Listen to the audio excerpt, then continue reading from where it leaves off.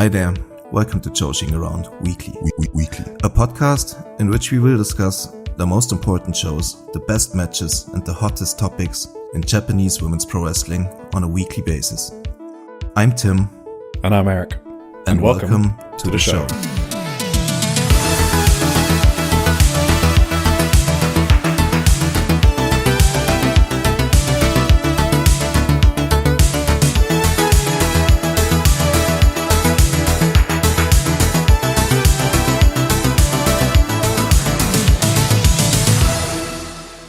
Hello everyone, and welcome to episode 19 of Joshi'ing Around Weekly.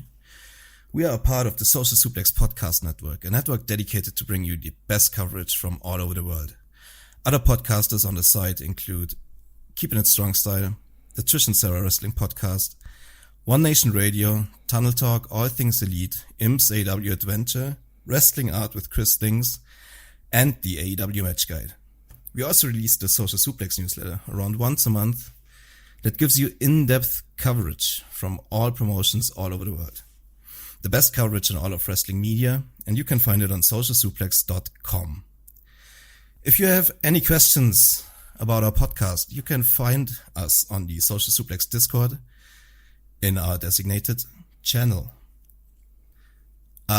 This is February 17th. Today is February 17th. And we got on our agenda, we're first going to talk a bit about like the Wrestling Observer Newsletter Awards, which dropped last week, which will lead us into a little rookie discussion, I reckon. Probably. After that, we're going to talk about two Stardom shows, Tokyo Joshi Pro, Marigold, and in the Indie Zone. Indie Zone. Sorry, I did it again. I'm so sorry. Yeah. The Indie Zone. Eric is going to lead us through Marvelous Diana, Wave, Actress Girls, and 01. Then, as usual, we got our quick previews and the match of the week. All right. How are you doing, Eric? Hi, how are you? Hi. How are you? Hi. Hello. I'm good. I just you mentioned earlier about the Social Suplex Discord, and I'm happy that we've had people join us there. Yes. There's been a lot of great people join us, and I feel like everyone's kind of like on the same page in terms of how we want to talk about wrestling, how we maybe even view wrestling, and that's been awesome to see, I think, because I don't think I imagined that happening when we started this, actually. So, yeah, I kind of thought we would just be talking into the void every single week, just as like an outlet for my passion, I guess, but no, it's actually been, I guess, it's been enjoyable for some people, which is surprising to me. So, yeah. It's very encouraging as well, right? Yeah, and I'm super happy about it, because I got a lovely comment from a new listener, they're named Ben, and what they said in particular that made me happy was that they loved hearing my enthusiasm and going crazy for matches that I love. That's like the highest form of compliment that we can have, because I feel like we do have such a maybe intense passion for this silly hobby, and I'm kind of glad that it comes through. Yes. You would think like after a year of me consuming as much wrestling as I possibly could that I'd get worn out by now, but I still get extremely excited. And like yesterday, I was getting like fluttery almost, you know, when you're like in love, right? And you get the fluttery feeling. I was getting that feeling thinking about talking about some of these wrestlers. And yeah, Tim, how long do you think it will be until I burn out? I don't know. Bear in mind, when I get obsessed with something about hobby, it normally has a shelf time of like 18 months. But I'm like 12 months into going crazy and 5 years getting sucked back into wrestling. So I'm going pretty strong. I feel like I can go for a while doing this. You think? Who's your podcast partner if I crash and burn? Wasn't it Chris Whitehead that was gunning for my spot? I don't know. The problem with Chris always was that he lives like 9 hours away, so that's probably gonna be impossible. No, I mean, I don't know if he's gonna be too enthusiastic about the Marigold coverage. So no, that would be the first thing he cuts. I mean, to be fair, we've cut the house show. I don't know if we've formally said that, but we have cut house show coverage of Marigold, and I guess the reason for that is because I was at least thinking about it. Like, I don't know if fucked up is the word, but it is definitely a bit sad that when podcasting or writing about a hobby becomes someone's job, and then they start to lose that spark, but they have to continue anyway because they're financially dependent on it. I never want to get to that point. I'd rather take the podcast out back and shoot it in the head rather than continue to do it when we don't love it. Yeah. Yeah, no, that's totally true. I don't think we even had to mention it. I think the Marigold freaks in our listener base would have figured that out by themselves after a while. I think that we may cut back a little bit on some of the smaller shows, but I mean, if we're not enjoying something, we're just going to cut it, right? Because we want our enthusiasm to shine through, like that commenter said as well. So it's always a bit sad with Marigold specifically because I really do enjoy some of the wrestlers. Like wrestlers are awesome. It's not like I don't. It's like some of them are just the booking. Some aspects of Marigold are just not. It's the booking. It's fucking terrible. Just say it, Tim. It's so bad. I mean, we'll talk about it later, actually. So, I mean, that's on the agenda because we do have a live show to review. I didn't watch Marigold this week. I'm sorry. I mean, I didn't. Yeah, because I put none right on the agenda. Yeah, I didn't recommend anything. But I guess the opposite is we don't want to be too toxic positive. I'm stealing that word from you because I actually hadn't heard that word before. Really? And it makes a lot of sense, actually.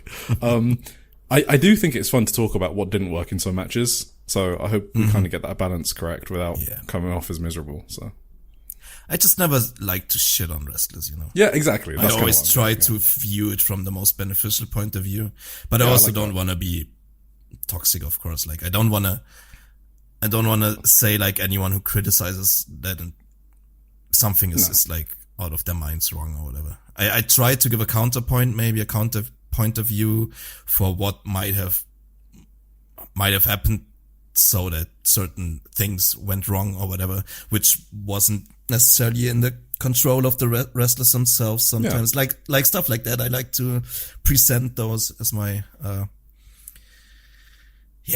most charitable. Yeah. Charitable. Exactly. Takes on something. Well, yeah, I mean, how else have you been doing? You been ill? I've had a really bad week, yeah. I said so on the last podcast, like that was last Tuesday. I've been sick since Monday, I guess. And I have been like home from work since Thursday until yesterday, including yesterday.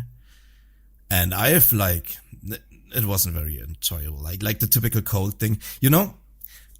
It almost felt like COVID. It wasn't COVID, but like it felt the entire time like my lung capacity was at like 10% or something. Yeah. I don't know if this is still like long COVID from the one time I did have COVID. No, I had it 2 times, I think. Yeah, 2 times. 2 times. And now whenever I get cold, like these symptoms come back or whatever it is, I don't know. But like just when no matter what you do, you're breathing, you're always out of breath. That's fucking annoying. Even if you're just working on the newsletter, like stuff where I don't, without any real physical activity or whatever, just like having to use my brain, I guess was so exhausting that I just had to lay down after an hour or 2 of working on it. So it's kind of been fucked up in the last couple of days, but I'm doing better now. Like yesterday, I started to feel much better throughout the day. So today I was back at work and, I think my voice is recovering as well. Maybe it's still a bit rough, but yeah, I was properly, ill the last week. Out. Yeah. No, for me, it's the blocked nose and not having a sense of taste that just drives me. You know, man flu as a phrase. Yeah. If I get any type of cold or flu, I am a fucking baby. I don't want anyone to interact with me. I'm having the worst time of my fucking life just because I can't taste something. I'm in an awful mood when I'm ill, and I was ill on the plane back from Japan. That was I hated that experience. Just. 13 hours on the plane, just constant sneezing and coughing. Nah, not good. Damn. Yeah. Yeah, I had a bit I think I had the proper flu. It wasn't just like man flu. I think. My head was so congested that it felt like it was like 10 kilos. Oh, I can't tell the heavier difference. or whatever. To me, a cold is a flu. That's how annoying colds are to me. That they just become flus. Yeah. So I can't tell the difference. Yeah. Now that I think about it, I couldn't really like give you a defined difference. I got no fucking idea. Yeah. I don't know. The headaches were the worst. Like when your head is so congested with like everything that's collecting up there, that like your brain is just about to explode. It's the worst. But yeah, we got over it. It's all good. So, yeah. Should we get into our first topic then? Yeah, what is it, Tim? Well, it is another list of sorts, I guess. People will start to think we like lists. Oh yeah. Did you listen to Trish and Sarah today? No, because it releases behind the curtains view. Yeah, it releases like 3 hours before we go live, and I had a nap. Yes. So. I've only listened to like the first half hour. It was just like it was really good. Like Sarah read verbatim Dave Meltzer. Okay, that's funny because she has a lot of experience from listening today, so I bet she nailed that. So I look forward to that. No, she actually like transcribed it word for word and okay, that's hilarious. gave it back. She didn't like imitate him or whatever. She just transcribed what he said. That's even funnier though, because if you read his transcript in like a normal voice, he just comes off as like the dumbest motherfucker. But he's not, obviously. Yeah. That's how he comes off. Yeah. Anyway, this is gonna be the second Wrestling Observer topic, the podcast topic on the Social Suplex Network this week, I guess. Maybe third, I don't know. Keeping the Strong Style probably talked about it too.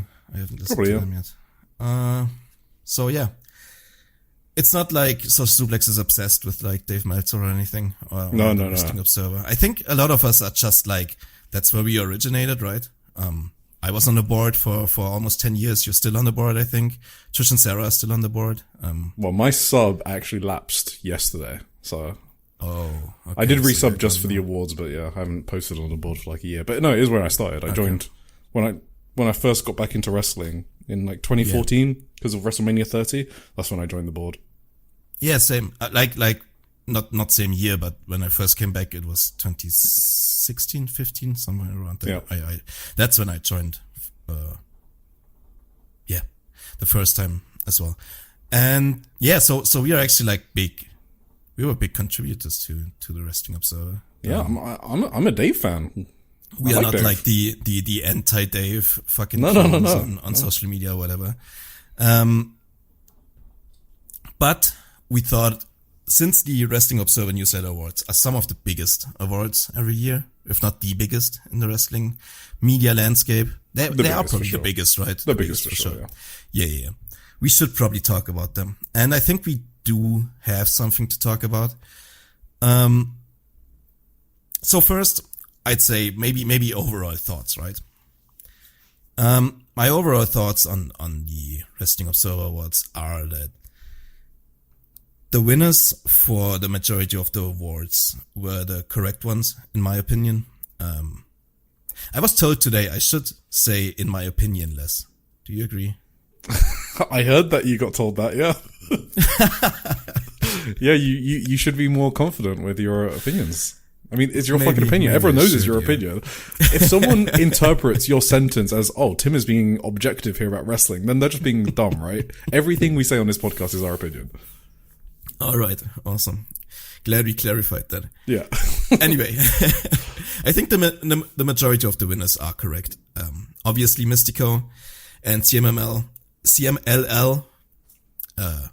deserved to win most of these awards. They had a tremendous year. Business-wise, promotion-wise, everything was just completely cracked out for them. So obviously, there's nothing really to complain about here. I think Mystico was the deserved Flair Test. I feel a bait coming. Does everyone else listening feel a bait coming? I feel a bait coming. No, this is my completely my honest opinion. I do think underneath the first place there is something we can talk about, and I have my hypothesis how and why certain things looked the way they are. And I wanted to explain those a little bit, if you don't mind. Go for it. What are your overall thoughts, maybe, first? Just quickly, because I'm excited to hear your words. No, I mean, it's just, I think exposure is obviously a big part of these awards, and a lot of the reader base are American based, so they vote for AEW people. I mean, the fact that WWE got slaughtered is kind of indicative of how shit the company is, because if they were any decent, they would have swept up some of these awards, make no mistake about it. So the de facto winner, if WWE is so shit, has to be AEW. So AEW swept up a lot of the awards. I'm not saying that some of those AEW candidates weren't worthy, but it's just the natural default, because I don't think Stardom or whatever is really in the reader's mind. I mean, if you look at like the biggest one, which I don't know if we'll get to, is best show, right?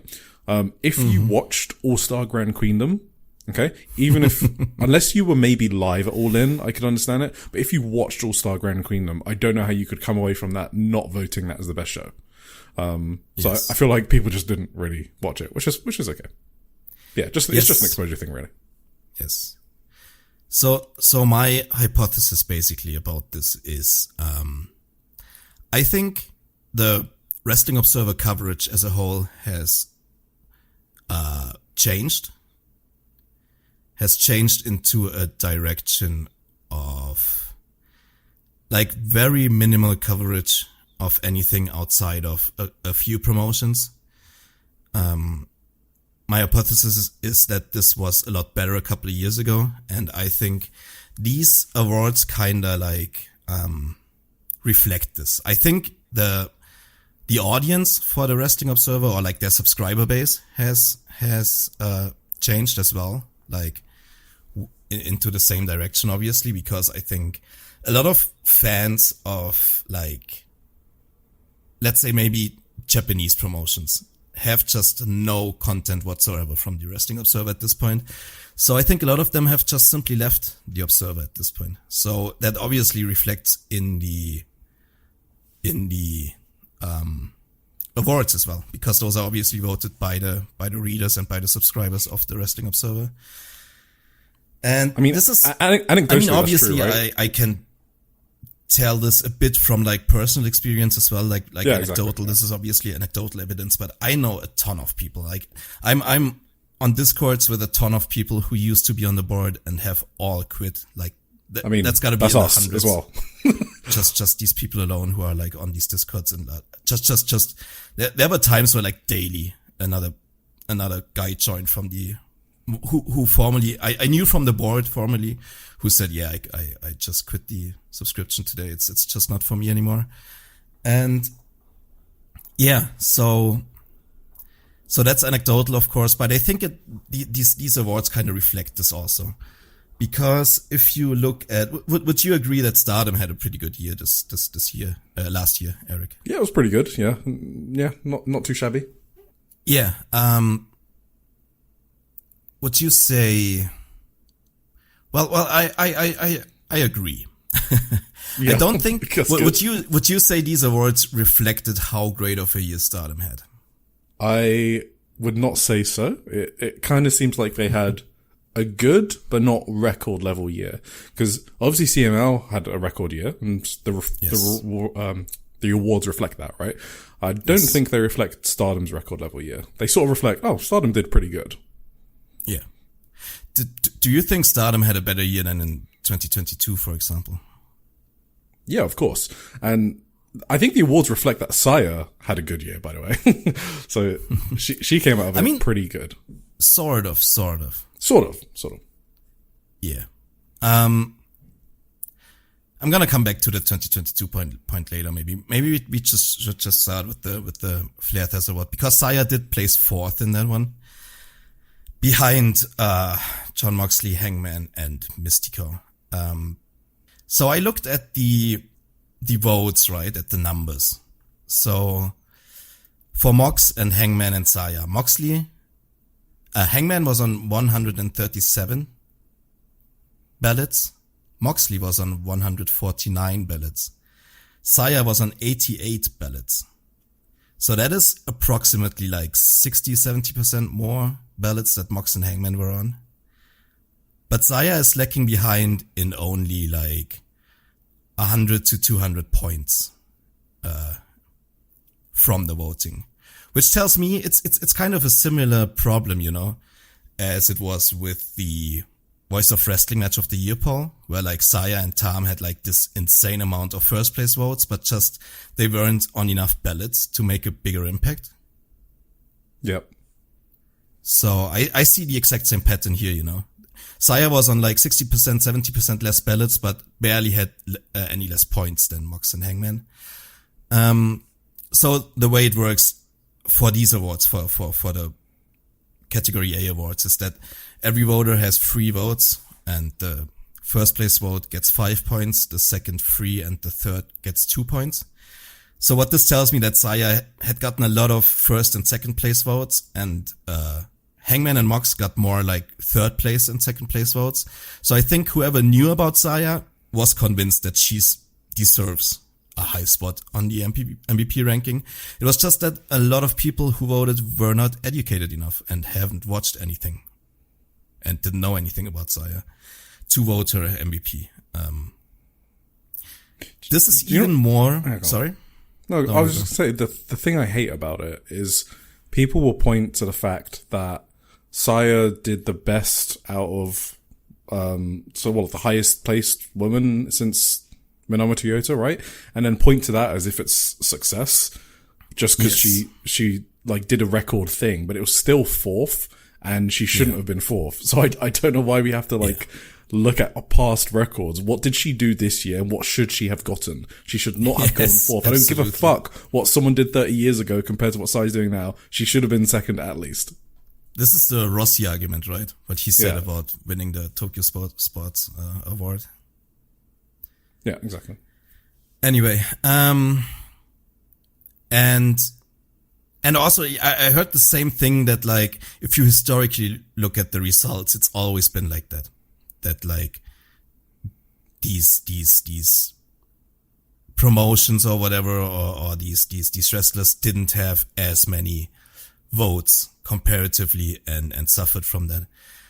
But that just tells me that there's always been the same problem, right? And also, like, if you go to the early 90s and the 80s, you had to fucking be a tape trader to even watch anything. Nowadays, everything is readily available. It just has to be brought to people's attention. And that's what's not happening in the Observer anymore, in my opinion. I think it's even more like obvious in the Promotion of the Year award, where Stardom finished 3rd. That's ridiculous. Did they? Do I have this right? I think they did, yeah. AEW came second. Yes, AEW came second, right.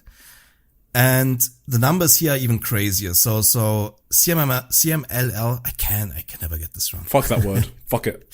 So Stardom had 77 votes, was on 77 ballots, let's say, for Promotion of the Year. CMLL had 10 times the amount of ballots, and AEW had 5 times the amount of ballots. Stardom's point total, however, was only 3 times, like a third of the CMLL votes. So CMLL were on 10 times the amount of ballots, but only got 3 times as many points. AEW was on 5 times as many ballots and only had twice as many points. Which again tells me, like, everyone who does watch Stardom voted them high. And extremely high in this case. Like, most of these 77 ballots must have been first place votes for Stardom. But it's just like not enough people are watching them. And they just don't get talked about. I think an even crazy example to me was the Promoter of the Year award, where Taro Okada placed 5th with 58 votes. Salvador Luteroth obviously first with 485, and then we had Tony Khan with 404, Nick Khan 193, Dana White with 70 before Taro Okada. I think this one, like Promoter, is almost like, it's probably the most objective award we can get, because it's like purely business metrics, right? Can you tell me, did WWE have much growth year over year this year? Big number make me feel good. Okay, so overall, yes, they had big numbers. Did they grow any? How did the tickets map look compared to like the previous? No, years? I mean they're down in the ticket sales are doing kind of horrendous compared to the year before. But big number make me feel good. How about Tony Khan? How did he promote? I think he did have some growth. They're up slightly. I think they're up on ticket sales. Yeah, and then same on pay per view also. Or? Yes. So how did Taro Kada do last year? How did Stardom do?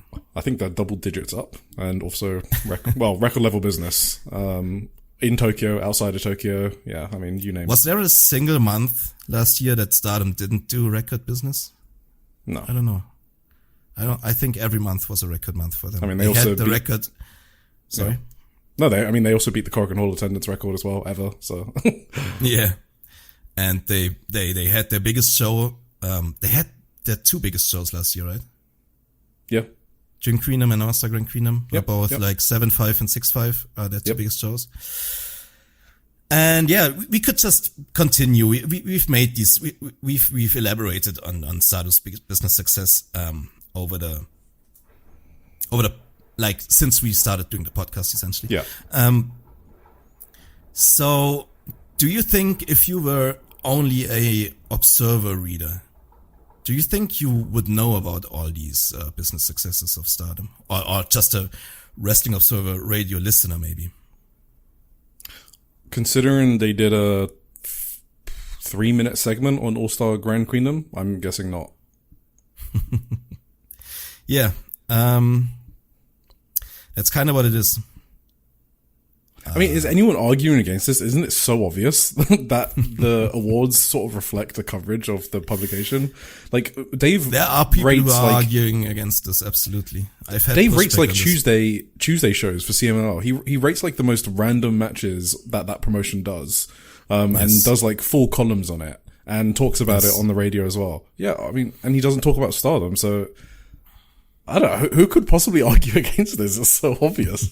If he spoke more about Stardom, more people would have voted Stardom. Yeah.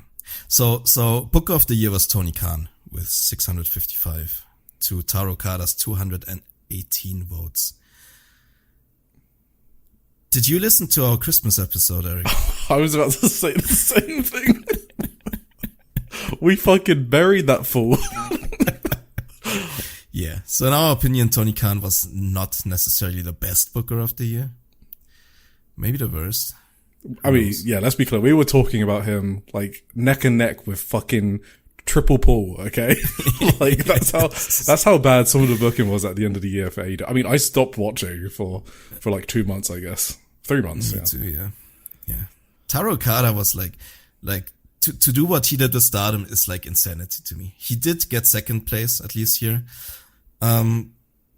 So earlier that was with a lot of campaigning, including articles from our lovely Chris Whitehead in the newsletter and stuff like that.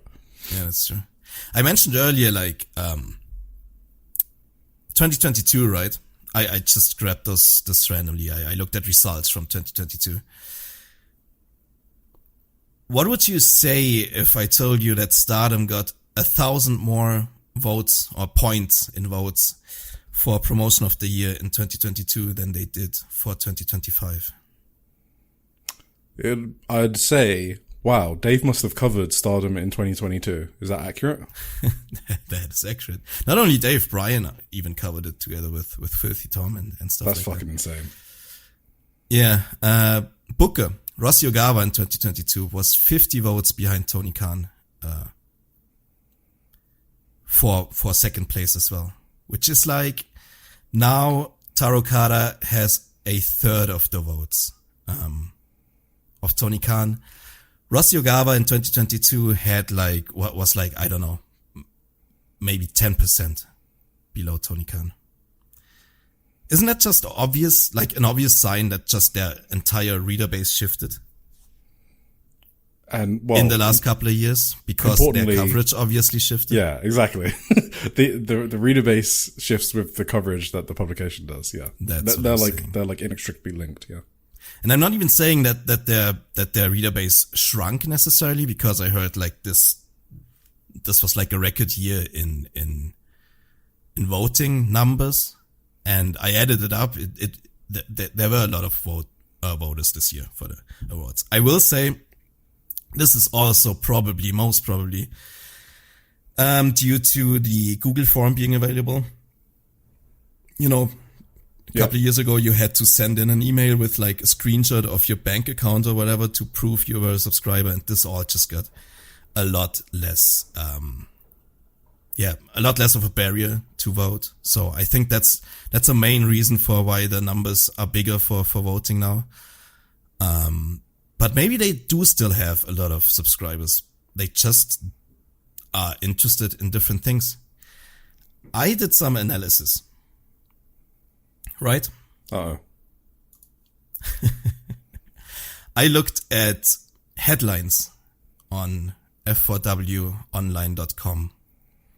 I looked at the last 100 headlines. What do you think is about the percentages of like promotions that they cover?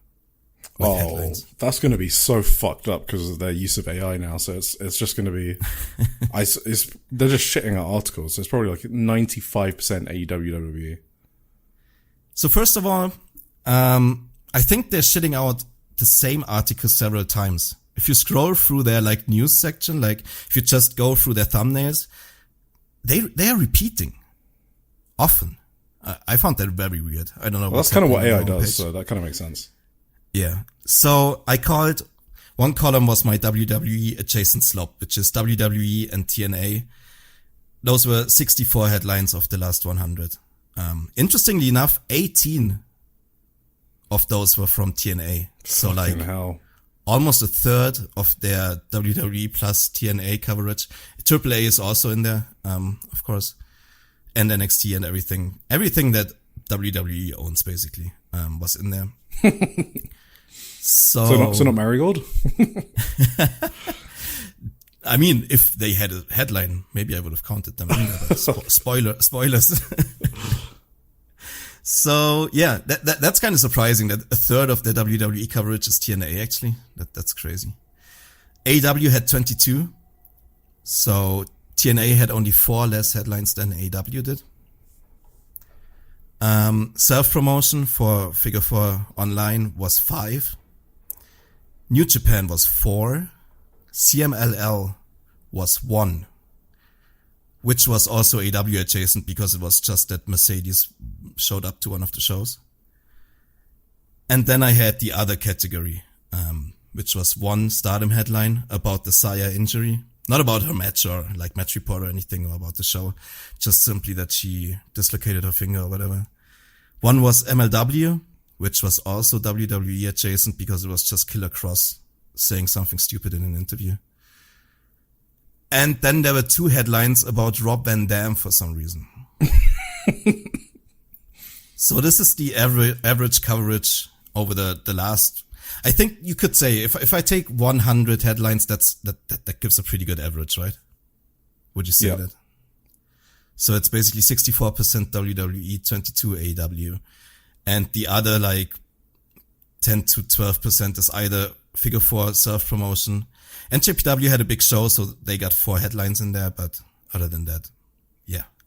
I also looked at Wrestling Observer Radio, you know. And I kind of like added the timestamps for the last month. How much do you think was the percentages there? What, between WWE adjacent stuff and it? I mean, WWE adjacent stuff's got to be like 40%. I don't even have the percentages. I just added like some minutes. It was about 212 minutes WWE coverage. Yeah.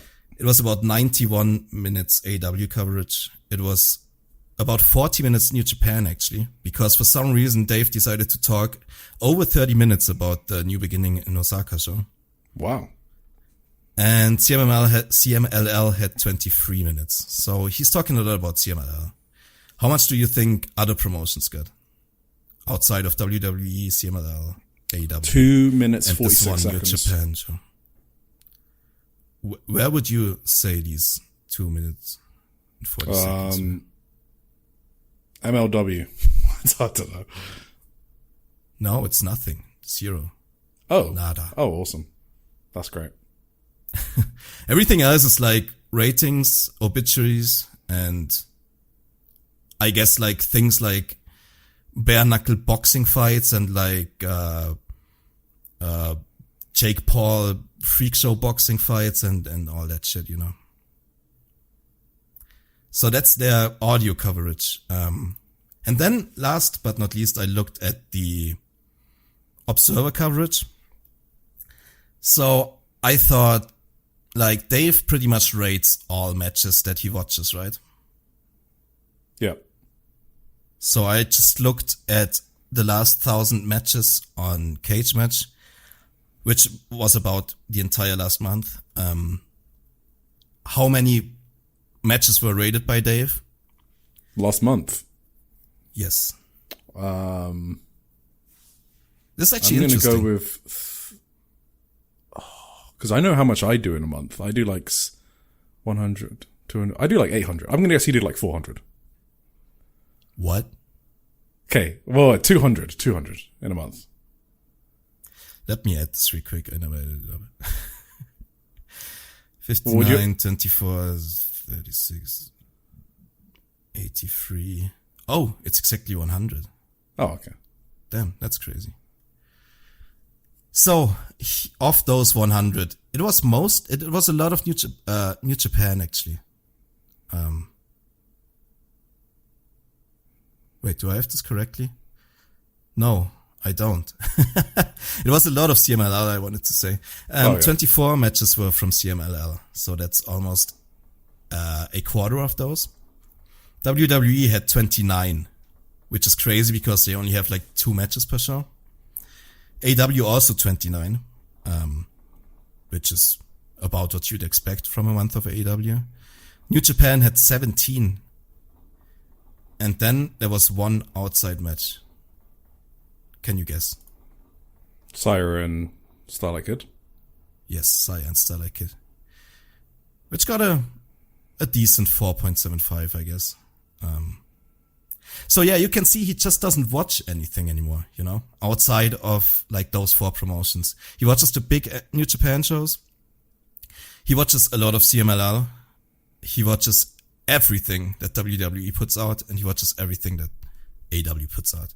And that's just his coverage nowadays. And that reflects on the reader base, and that reflects on the awards. And that's basically the big point I was trying to make about these awards. I do think CMLL winning is great. WWE losing is great. I think the people who voted for most charismatic are out of their minds. That's one that stood out to me, especially. And then there's also like one thing we have to point out is the Japan and Women's Awards, where Saya Kamitani did get 485 and 458 votes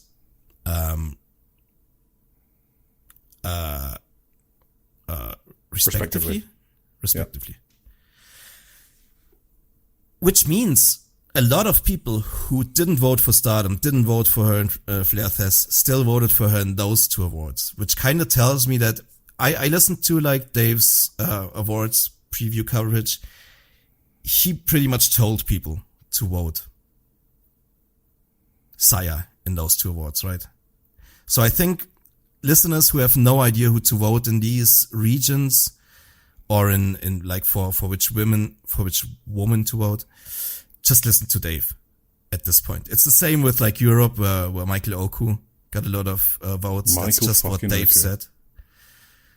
And I honestly don't think a lot of the subscriber base watched that many Michael Oku matches in the last year. It's just what Dave said should be voted on in these categories. So the subscribers listened. That's my hypothesis, at least. What do you think? I thought that was very obvious. Yeah, I don't know who would argue against that. Well, there's some people and I think you laid out the case perfectly as why that's happening. And I don't even think Dave really needs to change his coverage.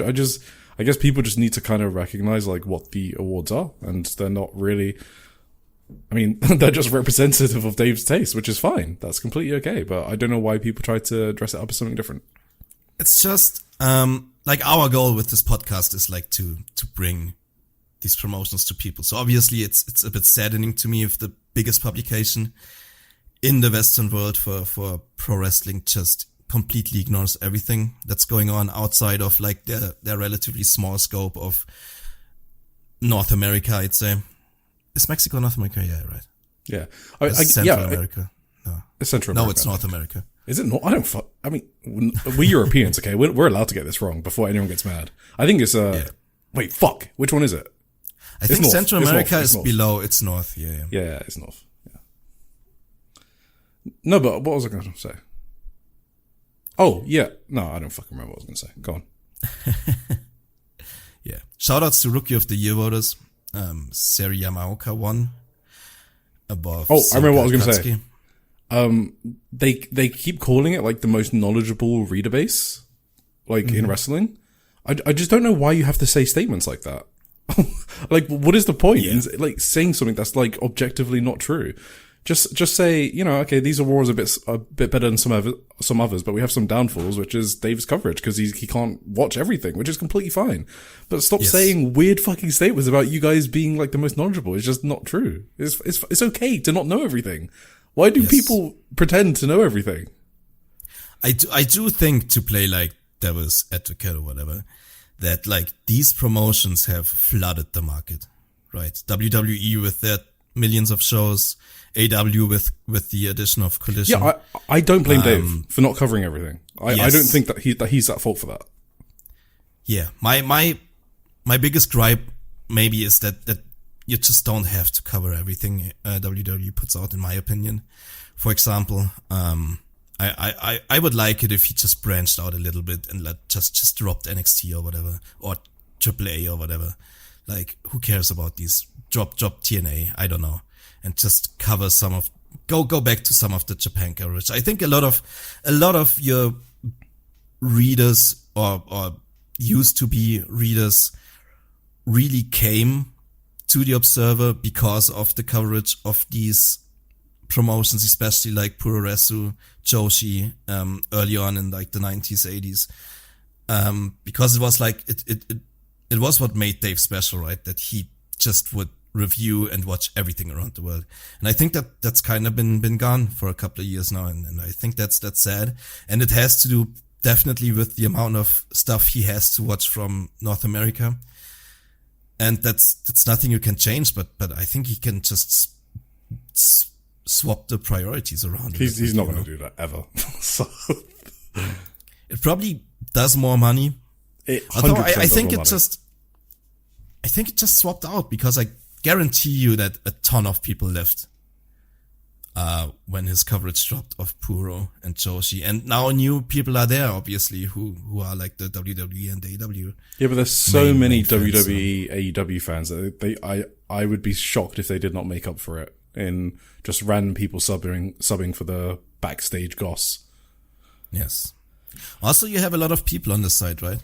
Maybe like I don't know, Brian does a lot of retro reviews. I don't think I think he's covered his bases. I don't think he enjoys anything other than WWE anymore. So, and maybe his retro shit, I don't know. Maybe you put someone like Garrett Gonzalez and John LaRocca on the next Seedling show or whatever, and tell them Jesus to fucking Christ. Wouldn't that be a solution? It's obviously also like a lot less Big Audio Nightmare. I think it's less than it used to be. I don't follow it that much anymore, but it used to. It did get a lot less when I used to drop out from the Observer, which was obviously also caused by Adam Summers becoming a father and having a lot less time because of that. So that was the main reason why the band coverage kind of went like down under. Down under. They didn't go to Australia, but they it became a lot less throughout the years. Anyway, that's just my big point. I think the awards are okay. It's whatever. CMLL deserves it. Hooray. Notam Nakano in Flair Test. Did you see that? It's crazy. Yeah. Retired. Didn't exist. Most outstanding, Takeshita. Suri is 5th. And then we have people like Gunther on there. Okay. Will Ospreay was above Suri, by the way. With his 10 matches or whatever. Yeah. Are you trying to depress me? Let's move on. Who was tag team was good? Young Bucks. Yeah. Anyway. should we I mentioned rookies of the year, right? Sari won and Senka was 2nd. That's kind of surprising. Who told them to vote for that? I don't know. Well, I did send Dave a bunch of emails about rookies, and he did. I'm pretty sure he mentioned both when he was doing previews. Yes, he did. So, not saying it was me, but I did contribute to the email inbox of Dave Meltzer. Although I didn't vote for either of them, so. The voting totals are minimal for Rookie of the Year. People just don't care about that award. The winner had 117 votes. The winner for Best Non-Wrestler, which is the next award, had 658 votes. So about and the second place 283. So I think there were about 1,000 voters in total, and maybe 300 of those vote for the Rookie Award. So yeah, I think we're the few people who know that ball. We like rookies. Yeah. Yes. So your idea was to do a little rookie ranking because we like our rookies so much.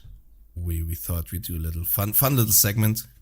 Another list. Present our lists, our favorite rookies. Well, if you want to call it that, we had our special criteria was either the last 2 years of in-ring action or below 200 matches. They debuted in the last 2 years, yeah. Debuted in the last 2 years, yeah. Or below 200 matches in total. Yeah. So, how do you want to go through this? You want to just... Yeah, I mean, we did a top 5 each. We did a top 5, right? Yeah. Yeah, and it's not... I mean, so all the young talent that we talk about a lot, like Rena, for example, we consider her basically a ready-made wrestler. So we all know she's going to be a main eventer. It's not really interesting to talk about her. So the purpose of the list is less experienced wrestlers. And in that there is a bit more variability on whether they're going to reach the top or not. And yeah, also someone can have 50 matches over 4 years, but still get a ton of training in the dojo and stuff like that. So a big part of the lists I feel is exposure. So we're trying to put a spotlight on lesser known wrestlers and younger wrestlers.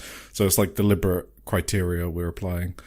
For me, in terms of how I constructed my list, a key thing for me was the deficit between the number of matches the wrestler had and that 200 number we spoke about.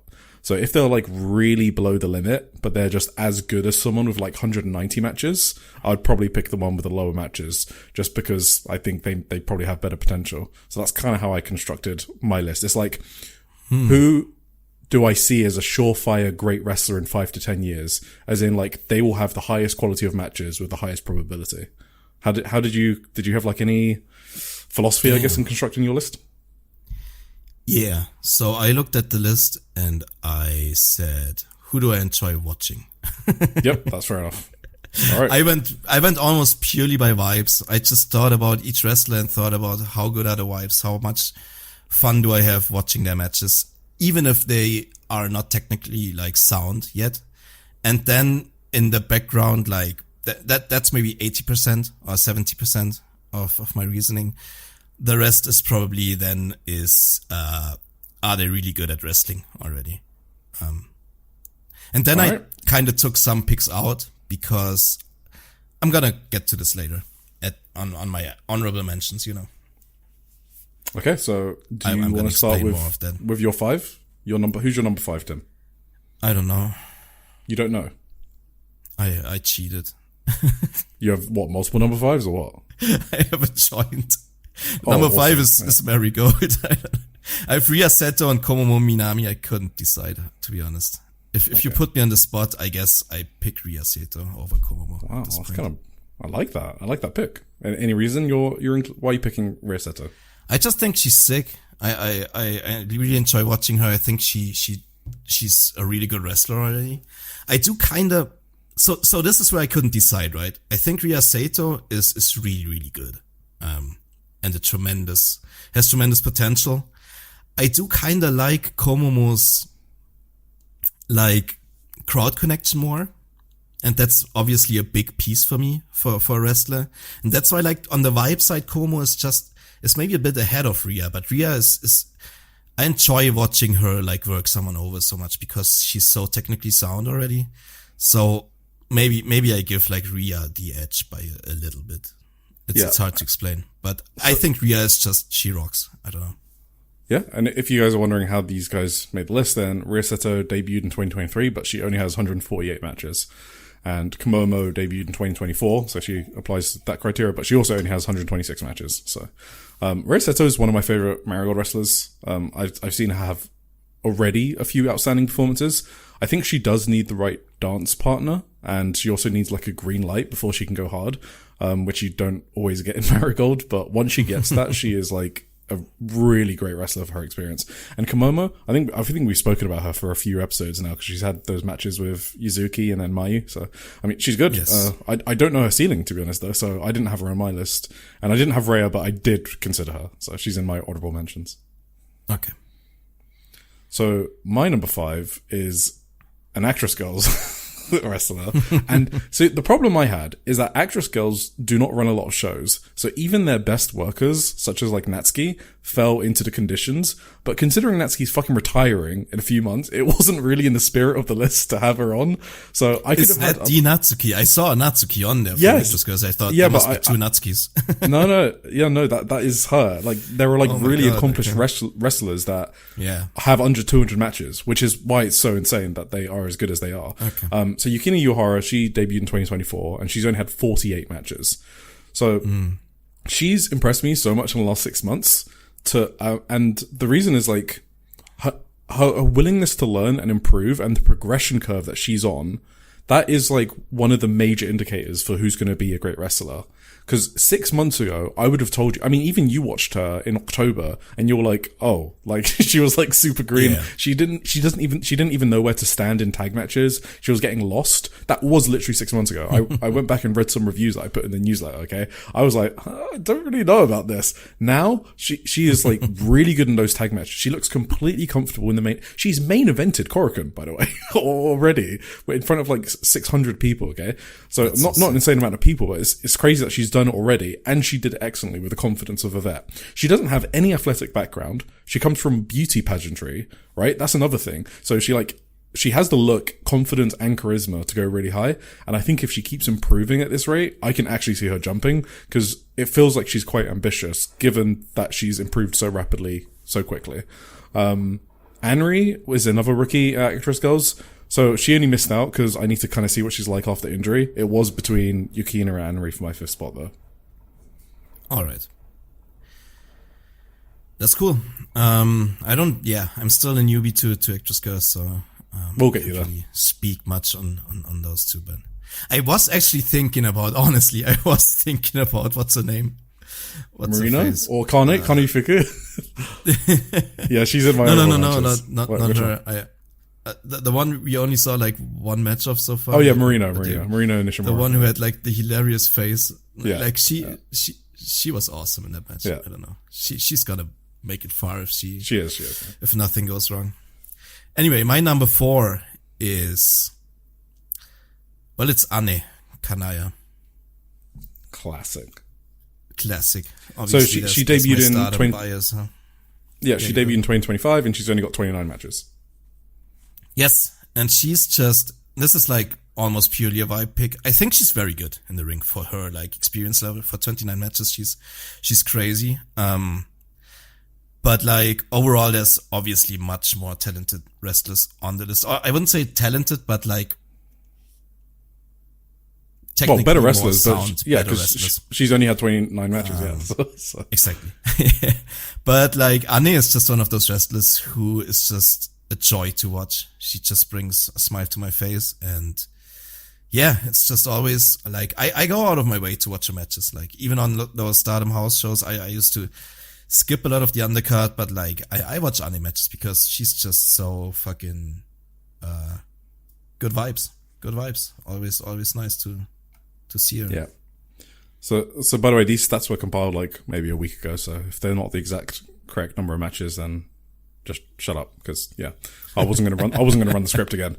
And then the other thing is why we're doing all this talking as well is because there's not a lot of shows to review. So if you're wondering, hey, when are they going to get to the 3-hour Stardom review? There isn't a 3-hour Stardom review. Okay, relax. Okay. So There's my a vibe 4, show. yeah, just a vibe show. So my 4 is Shan Shan. So from Diana and I guess New Taiwan Entertainment Wrestling, and she debuted in 2024 and she has 52 matches. So this is where the match count came in for me again. And it doesn't mean I think she's necessarily better than others. I just think where she is at now gives me a lot of confidence as to where she'll be at in the future. We've spoken about her last episode. So just for those who don't know, she's 20. She still goes to university and she's from Taiwan. And what she's shown in 52 matches in 18 months is quite impressive. She's an excellent seller and babyface. I remember very clearly a match with Mizuki Kato in August 2025, where I thought that Kato had shoot injured Shan Shan and she just worked me. And I don't think that's happened before. So it's really rare for, to get worked that a wrestler's actually injured, I guess. Let alone a rookie. So she's already ticked off my requirement for being a great seller and getting me fully immersed in her matches, which is important for someone's potential. I imagine Tim probably has her even higher. So we can talk about her as well, Tim, I guess if you have her on your list. And I just wanted to mention, she is doing this with people who aren't top talent in the scene. So obviously there's nothing against Diana or whatever. She only does Diana, New Taiwan, and maybe like 2 wave dates, okay? Mizuki Kato is fun to watch, but she's not a top tier talent, okay? So when Shan Shan has been in there with top tier talent, like Hazuki, she had a fucking great match, okay? 52 matches, 18 months from Taiwan, where she's practicing against Taiwanese male wrestlers, who again, no offense, are not the best wrestlers in the world, and Kumu, who is her only female colleague in her promotion. Like, in the right environment, I think Shan Shan has crazy potential. So, yeah, I hope she makes Taiwan proud and makes it to the top. Yeah, that makes sense. That's a good pick, I think. Anyway, my number 3 is it's a wrestler called Chan Chan. She's only 20. She still goes to university. She's from Taiwan, by the way. And wrestles for Diana. I like her a lot. Yeah, exactly. I don't know. We talked about Shan Shan a lot. She's like an outstanding talent to me. She's like Anne. She has like, she's even better vibes, maybe. I agree. For me, for sure. Yeah. Just the same, like, even, we're gonna get to it later, like, during the Diana review. Even when she's not wrestling, she brings a smile to my face when she's just randomly at ringside. She's just so fucking, she has the best vibes, and she's really good. Like, she is an exceptional wrestler for her, like, experience level, I guess. I've not seen as many matches as Eric probably has from Shan Shan, but whenever I do see her, it's like, it's very convincing what she pulls off. And honestly, like, the other factor, like, I think it's so cool that they're starting to like grow the scene in Taiwan. She's like only the 3rd wrestler from Taiwan, and she's going this hard. It's just like, I think that's really cool to see, and I hope that develops further. So yeah, love Shan Shan. Wish her a speedy recovery.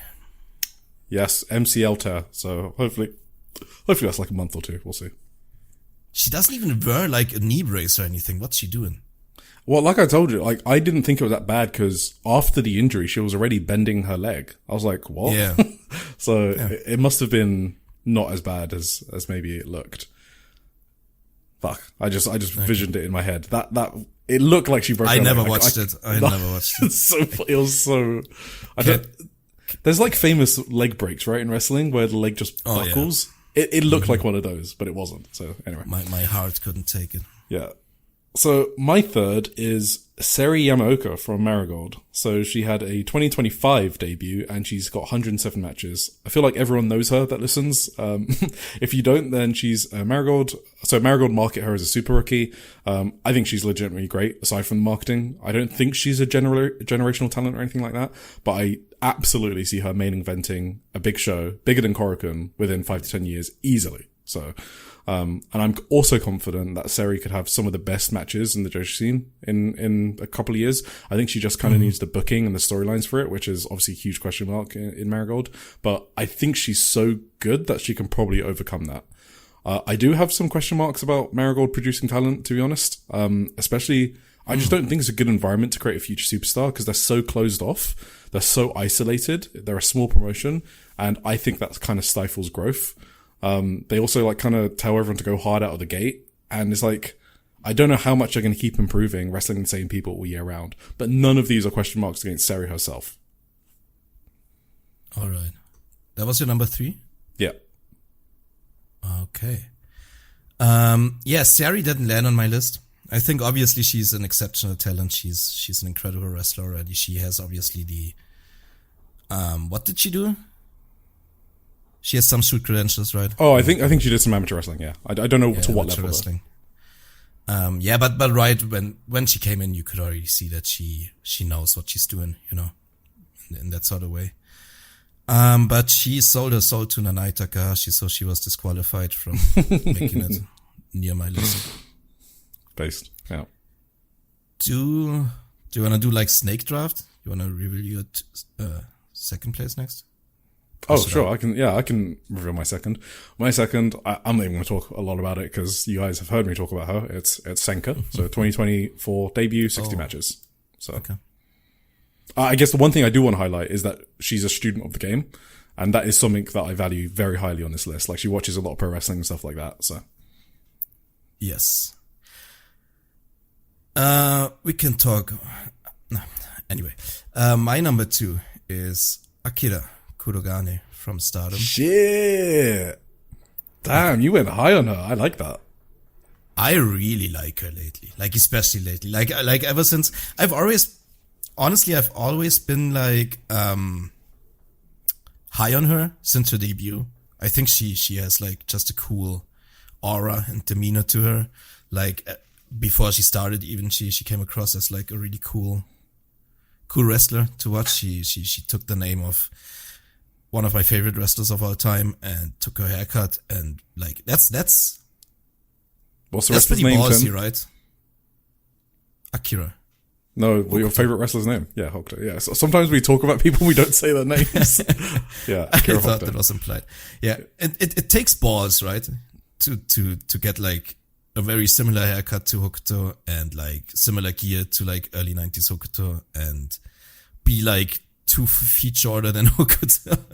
Yeah. But still like taking her name and, yeah, but she's making strides, man. She's always had like this specific type of charisma to her that honestly reminds me a bit of Hokuto. Like this brooding, serious demeanor, yeah. but she also has a fun side that sometimes comes out like during the tag league with Busula and stuff. Yeah.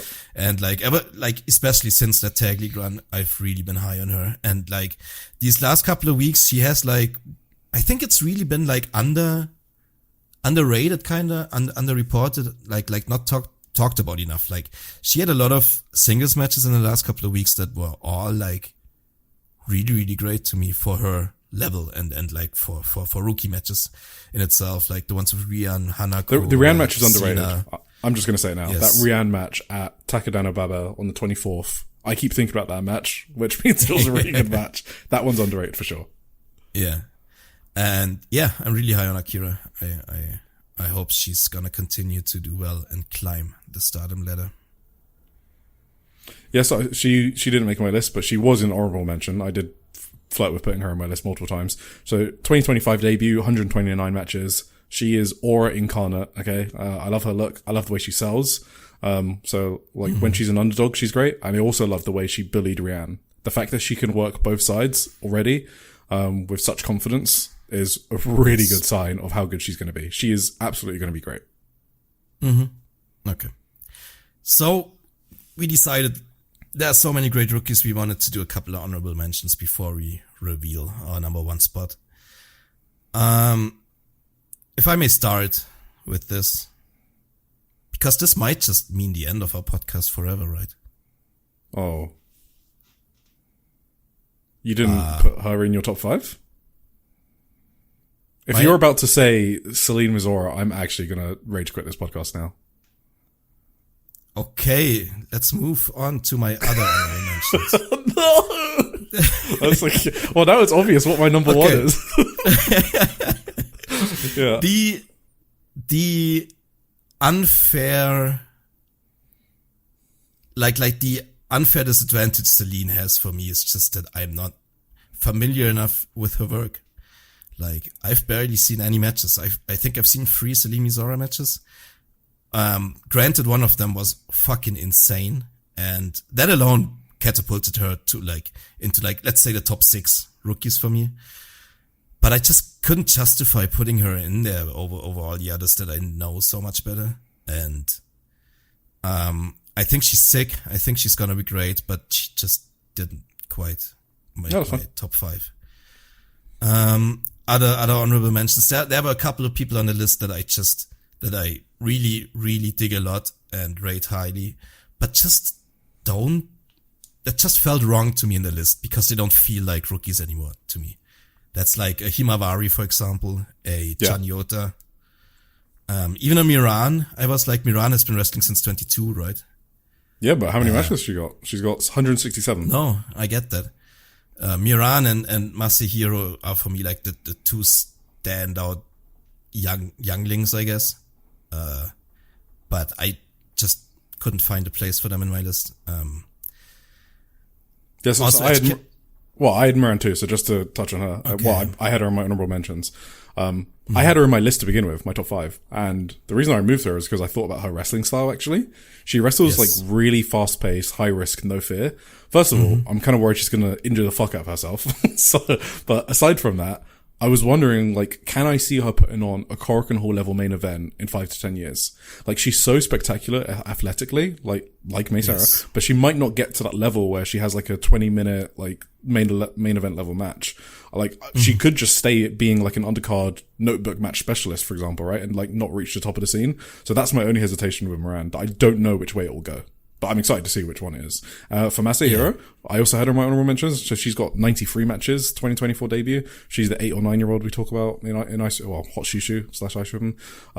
Yeah, I'm buying stocks now. Like, it's not normal to have the matches she does at her age. It just isn't. No, absolutely not. Has a child wrestler ever had matches as good as Masahiro? Like, what were Rina, Hina, and Ruaka's matches like? What was Nanami like? What was Riho like in Chocopro? Yeah, so I haven't watched those, but if they were as good as this, I'd be shocked. But maybe they were. I mean, maybe Rina was. Who the fuck knows? I don't know. Yeah. Some other honorable mentions, obviously, Aihu-san didn't quite make the list, but she's on our Special Little Guy Rise right now. That's an SLG list for sure. Yeah. Yeah. Uta Takami I really vibe with, but I just couldn't justify. She's also my honorable mentions, yeah. Echika Miyabi, also. Also in my honorable mentions, yeah. Dude, she's already fucking great though. Like, I think her potential is a lot, her potential is one of the best bigs in the scene. Like that is literally her scene. Oh, absolutely. Like, yeah. So it's not enough to get her in my top 5 list, but people do need to know about her. She's like the real deal. She has a great look. She's athletic for being really tall. She's over. She has a signature move, like a nasty overhand baseball chop. She can work stiff. She's young. She's only got 71 fucking matches. Like, she has all the tools needed to make it big in the scene. Yeah. But, yeah, we'll see. She needs to get on a proper promotion first. So yeah, exactly. Yeah. From Naniwa Joshi Pro Wrestling, I wanted to shout out Lady Kurara. Has a really good name. I don't even know so that she is. made my.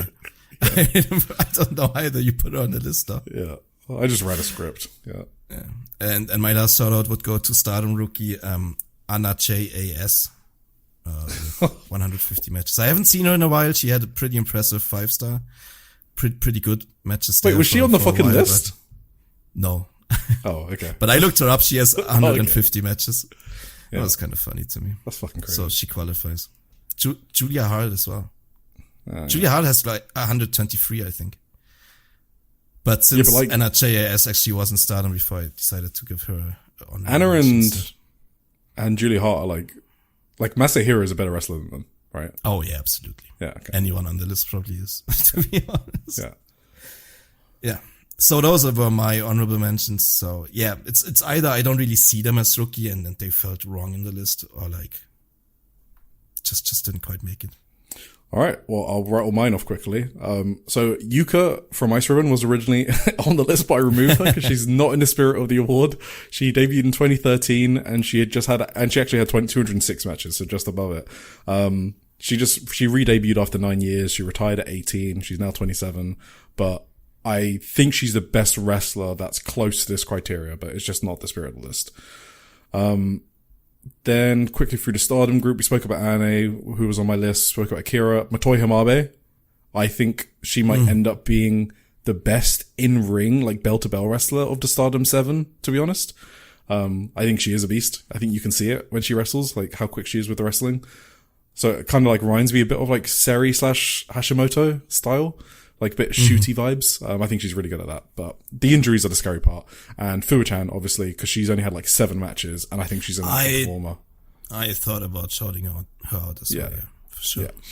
And then the Marigold group, just we haven't spoken about. She's only got 35 matches. I just want to see more. Well, yeah. Yeah, I just want to see more of her. That's why I didn't put her on my list. She's doing part-time school, so I'm just going to be patient with that. I think she's going to make many of these lists in the future, but now just wasn't the time. Then we got Chanyota. I did have my honorable mentions just because I think she deserves one because she's only wrestled 112 matches, so which surprised me, and she only debuted in 2021. So anyway, just shout out to her. Yuka Satsuki from 2AW. I've seen her a handful of times. Every time I've seen her, I've been impressed. She's big, she's chunky, and she's fucking great. I think she's going to be like a big Hoss imposing figure. Like a better you, basically, is probably her ceiling.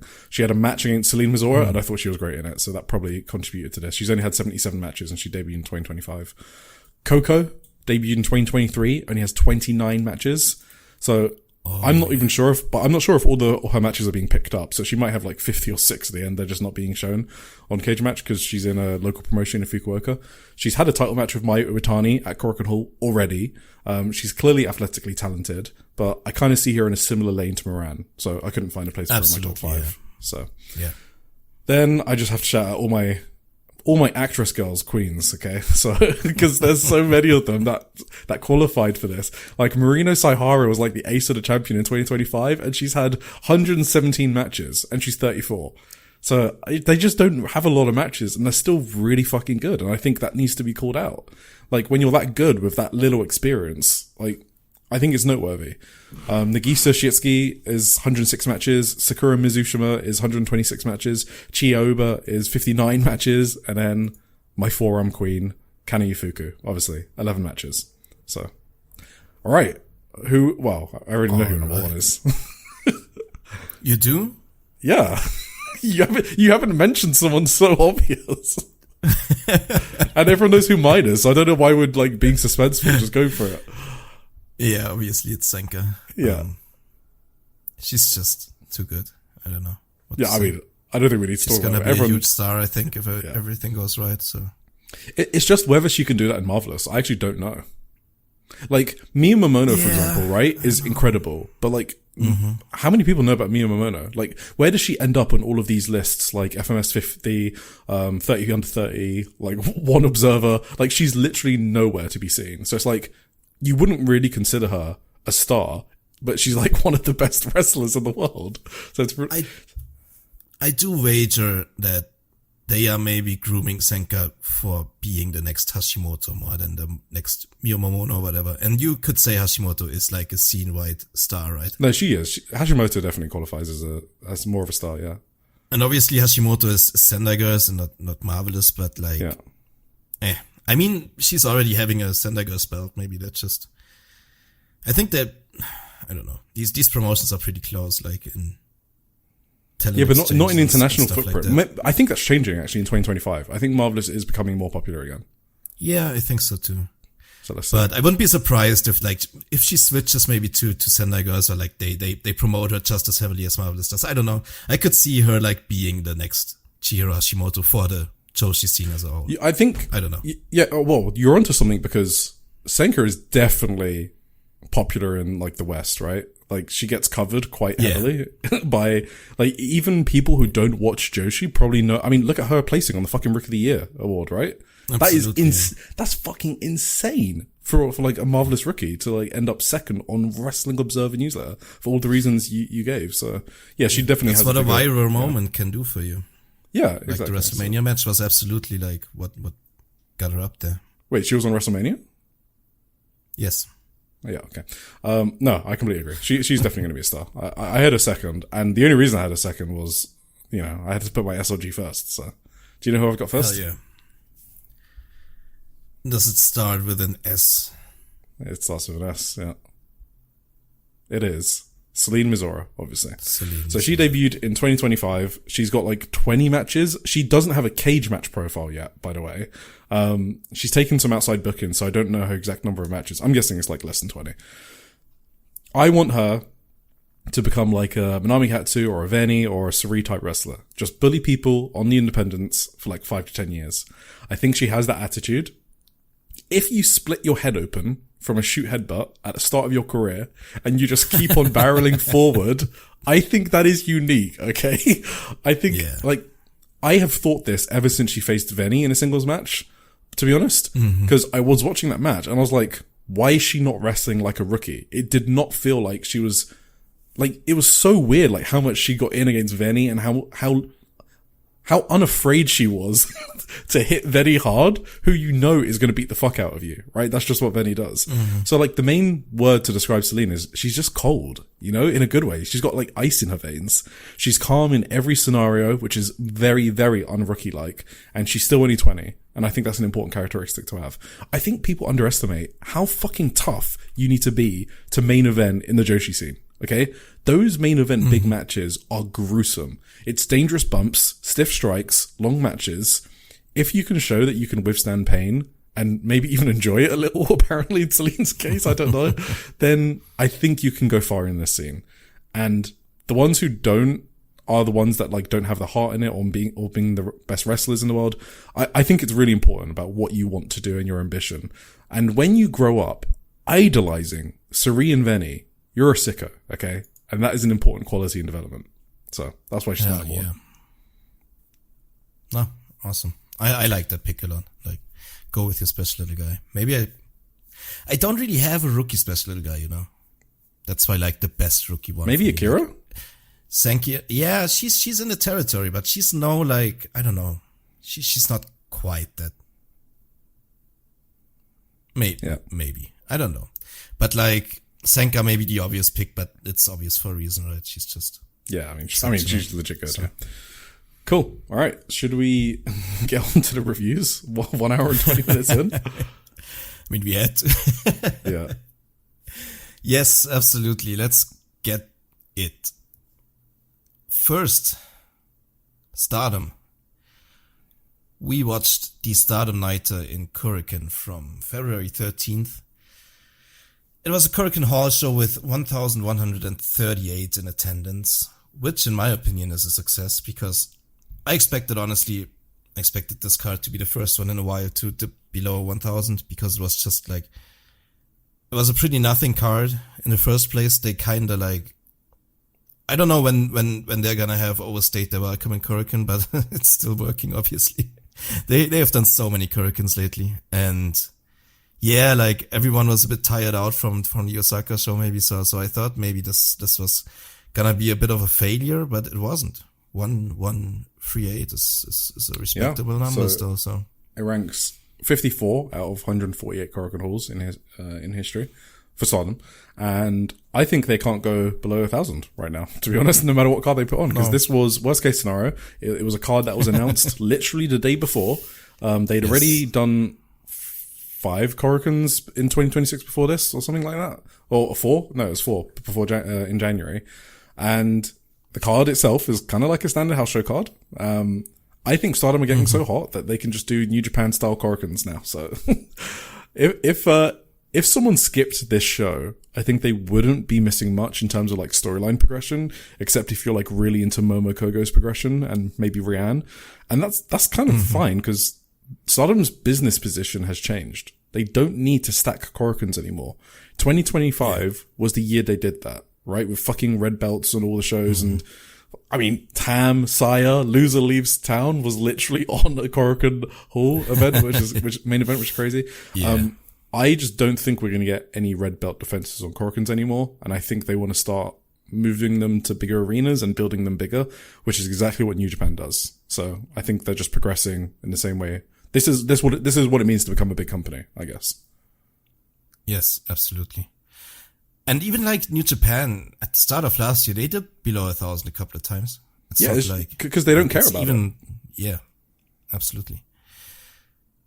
Anyway, this was, as we said, there's not that much to say about this show.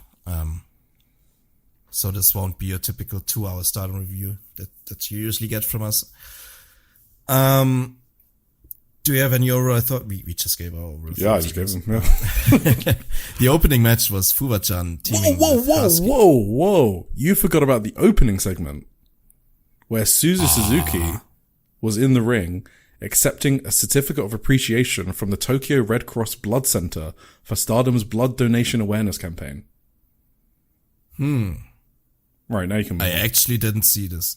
Oh, okay. No, because people were like wondering if like late a bit to that. Yeah, right. People were like wondering if Suzu was like retired or something. She was just accepting a certificate on behalf of the wrestlers, basically, because for blood, the Red Cross Blood Center in Tokyo. That's good to know. This was one of the few Stardom shows I watched live. Like haven't done that in a while during the week because I was sick at home. Yeah, but I tuned in a bit late, so. I missed the start of the opener as well, I think. Did you see Anna Kanaya's entrance? I'm not sure. Was it important? Yeah, it was. So the opener was Anna Kanaya and Aya Sakura versus Fuwa-chan and Hazuki. And Anna Kanaya came out doing a dance with Aya Sakura. Oh shit, that's awesome. They did a synced up dance. That is a strong Cosmic Angel signal, okay? So, hell yeah. I think she's going to be a Cosmic Angel. She has to be, right? I mean, they're making it very obvious. Coded. Yeah, and they're making it very obvious. Especially with like the Pineapple Unimon connection. Yeah, I mean, I think it's a done deal. Yep, that's very good. Shit, I should go back and watch that actually. Just watch the dance. I know you're going to do that. Anyway, I thought this rocked generally. I think Fuwa is very good. Fuwa got the pin here. Was this her first pin? I think so. Yeah, it was her first win, yeah. With a Shining Wizard, which looks fucking... Her Shining Wizard is so cool, man. It looks almost better than Kaito Kiyomiya's, which is saying a lot. Yeah, it is good. Yeah. And even Ane I thought was good in this match. She had like a mean Boston Crab on. She turned it into a single crab, but... Yeah, very for me, this was the match of the night. I'm not gonna lie. It was? Yeah. Wait, let me think about this. Maybe, actually, yeah. Why not? Sure. I'm not as high on the high-speed match as some others are, so yeah. Well, yeah, but I thought you would have Poi and Rian. I mean, okay, well, let's finish off the first match. So, I guess there were some sloppy parts in the first match. But they're both rookies. It was like Fuwa-chan and Anna Kanaya. I think there was some sloppy part. But you have to like kind of judge rookies by different standards, right? So. Yeah. I mean, it was like a good rookie match. And I think they did some good stuff in the match. So yeah, but I enjoyed this match a lot. I love seeing the showcase between rookies, so. Yeah. I wrote, if Ane and Fuwa are the future of wrestling, we are in good hands. I don't know if Fuwa is the future of wrestling because. Well, she's I don't know how long she's gonna go, but. Yeah. Either way, that was my conclusion from this one. Yeah, and then just quickly backstage. So Fuwa-chan and Hazuki get backstage, and then Fuwa-chan's like, "Let me take a selfie," and so they do. They took a selfie, and then she name dropped Himeka, which I didn't know there was a Fuwa-chan Himeka connection, but I assume it's from something a few years ago, and I just didn't see it.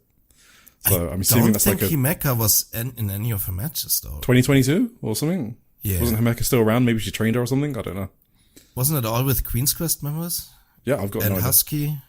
Husky, Kuruma, and Queen's Quest members or something? All I know is she name dropped her. And then...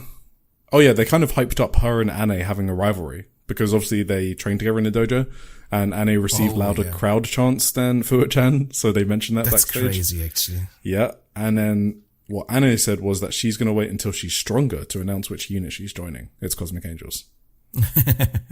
I actually read that, or like saw that on Twitter. Yeah. Her part of that interview. Anyway, as you just mentioned, the next match was Natsupoi against Rian. Honestly, I don't have that many memories of this match. I do know that I loved the first one. They had, was that in a 5-star? No, they did have one in a 5-star, but before that, they had a tag match. I don't remember if it was a tag or a 6-person tag. And they had a sequence together that was like a sick mini singles match. And it was like Rian's best performance ever. So they have a really fun dynamic together. And yeah, so that's kind of what I was expecting. But I'll be honest, I'm probably not as high on this match either, because, this wasn't as good as the previous ones, no. No. That was I think Rian's a fun character to root for. And there are some matches where it totally works. Like, I mentioned earlier, her match with Akira a few weeks back, I thought was fucking great. Here, I thought it was good. But I think I have like 2 better Rian singles matches than this one. So this one was a good match, just to be clear. But I think there's 2 better performances she's had in singles actions. One is against Hina for the future title at Conversion. That was a great match. And then the Akira match that I just mentioned. So I also liked her match against Mira Koga in Sendai Girls in the Jaja Uma tournament. So this Poi match ranks behind those for me, but I still think it was good.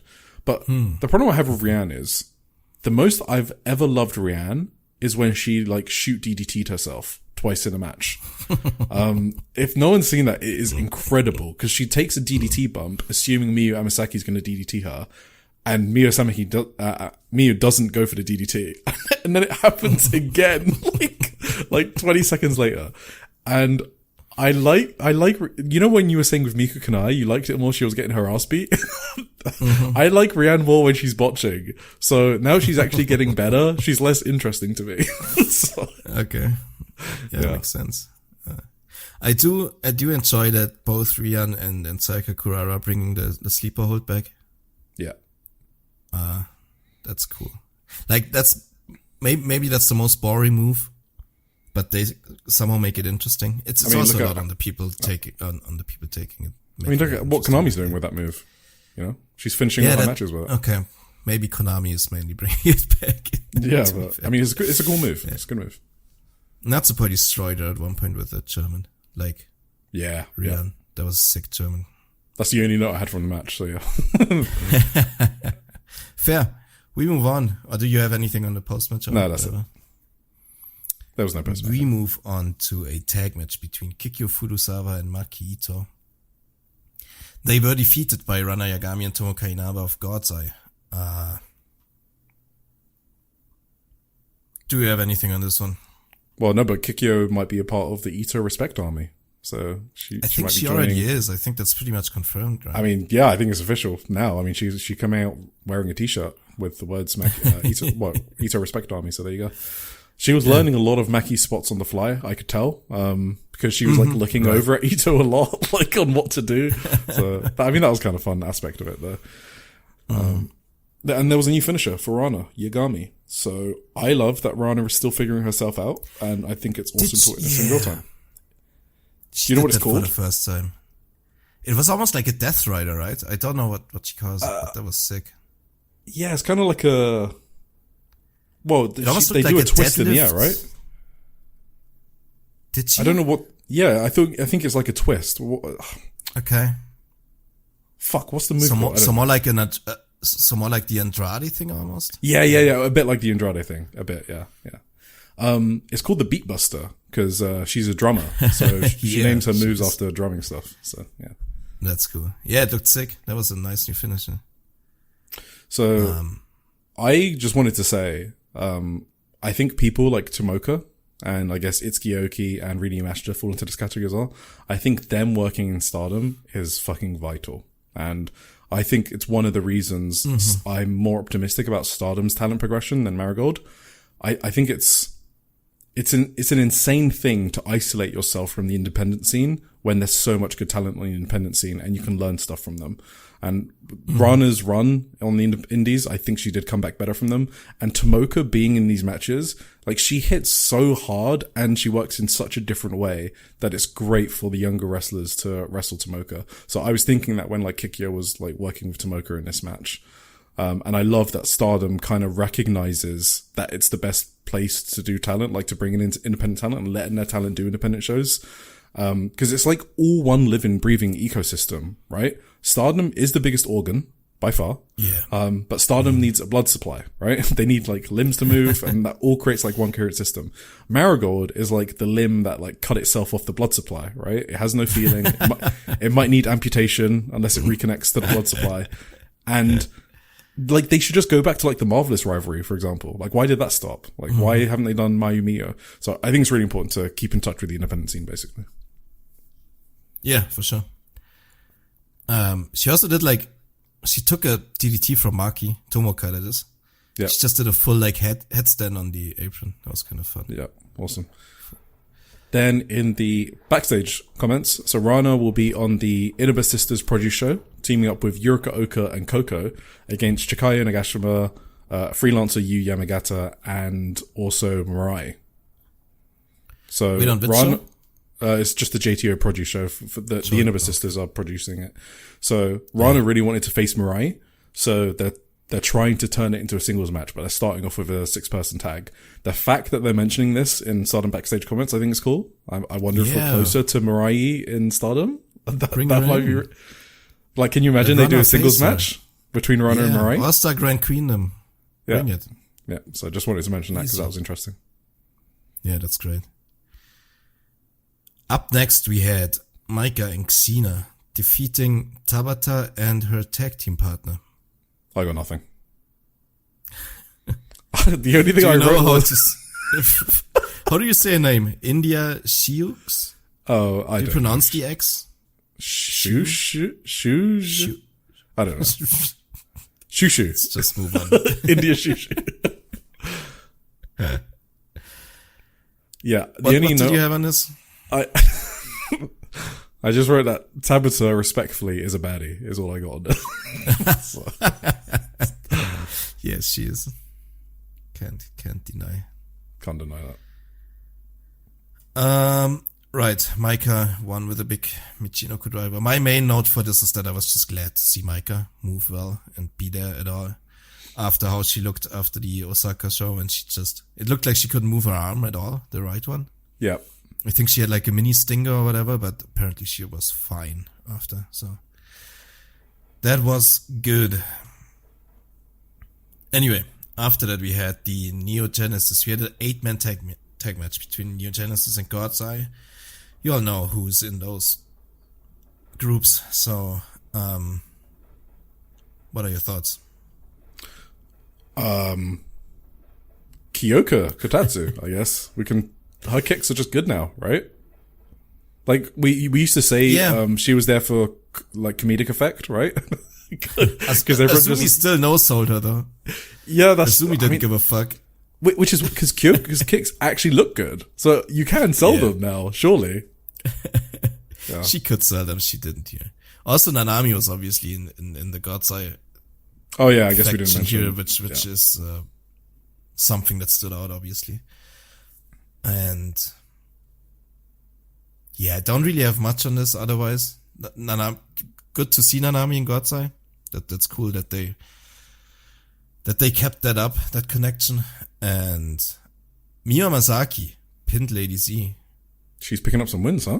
Yeah, she's on a roll lately. Are they like soft pushing Miya Masaki? I mean, she was eating a lot of pins and like during like the tag league, right? So maybe. Yeah.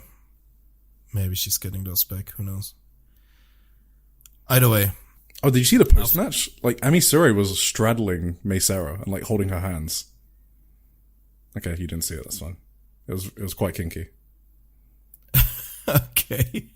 No, I didn't really notice that. I don't know why she was doing that, but she was. Ami Sourei and Mei Sarah? Yeah, Ami Sourei was literally straddling Mei Sarah, so Mei Sarah was like on her back, and Ami Sourei was like, yeah, straddling. You know what straddling is, right? She was straddling Mei Sarah. like sitting on top of her chest and holding her hands. Awesome. Either way, we got Mi Vida Loca next. They defeated Hanako and Waka Tsukiyama. It was Akira Kogane and Itsuki Aoki. Yeah, I'm over this. Why is Mi Vida Loca still having matches with, like, not Empress Nexus Venus, who are still teaming? Is this like the Los Ingobernables deal in New Japan, where, like, EXV are just gonna keep hanging out together and feuding with the same people? And Unbound company. Yeah. I don't get it. I'm over this. You already made them disband. Stop killing them. They're already dead, you know. Yeah. Anyway, Itsuki killed Waka one more time for good fun, I guess. Let's go. And they won. This was to build to the future match, by the way, between Akira and Hanako, which is happening on 28th of February. Oh, yeah. They just had a New Blood match, right? Which was pretty fun, too. Yes, they did. Akira and Hanako. Yeah, on the 4th. Yeah. So, anyway, I got nothing. High-speed match next. Yuna Mitsumori. She defeated Momokogo in 13 minutes about. Many people were very high on this match. Many said Momo's best match ever. Yeah. I thought it was okay. I wasn't as high on it, honestly. I thought there were some great near falls towards the end. I was surprised how much Yuna actually gave her. I think Yuna could have defeated her a bit more convincingly, honestly. That's just my opinion on Momokogo, though.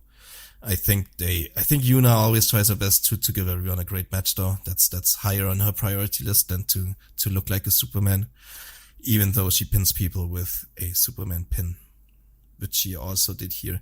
I think with Momo, it's still like even if the match is built really well, like psychologically, and the near falls are great, the in-between is still like not there for me in a way that grabs me for a match, you know what I mean? So I just never really got into it.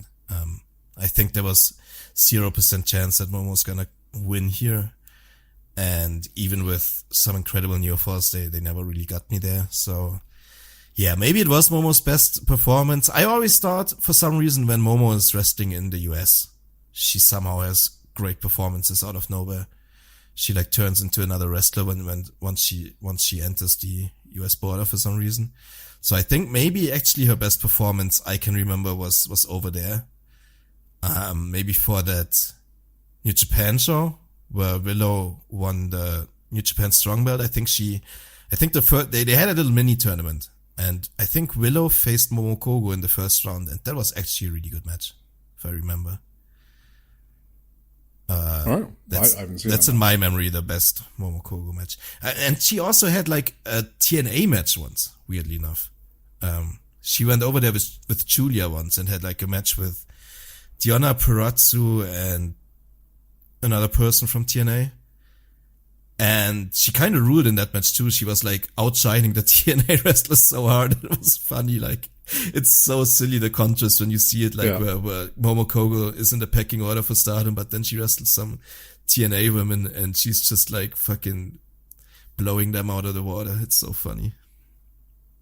Smurfing. All right. Eric, what was your opinion on this one?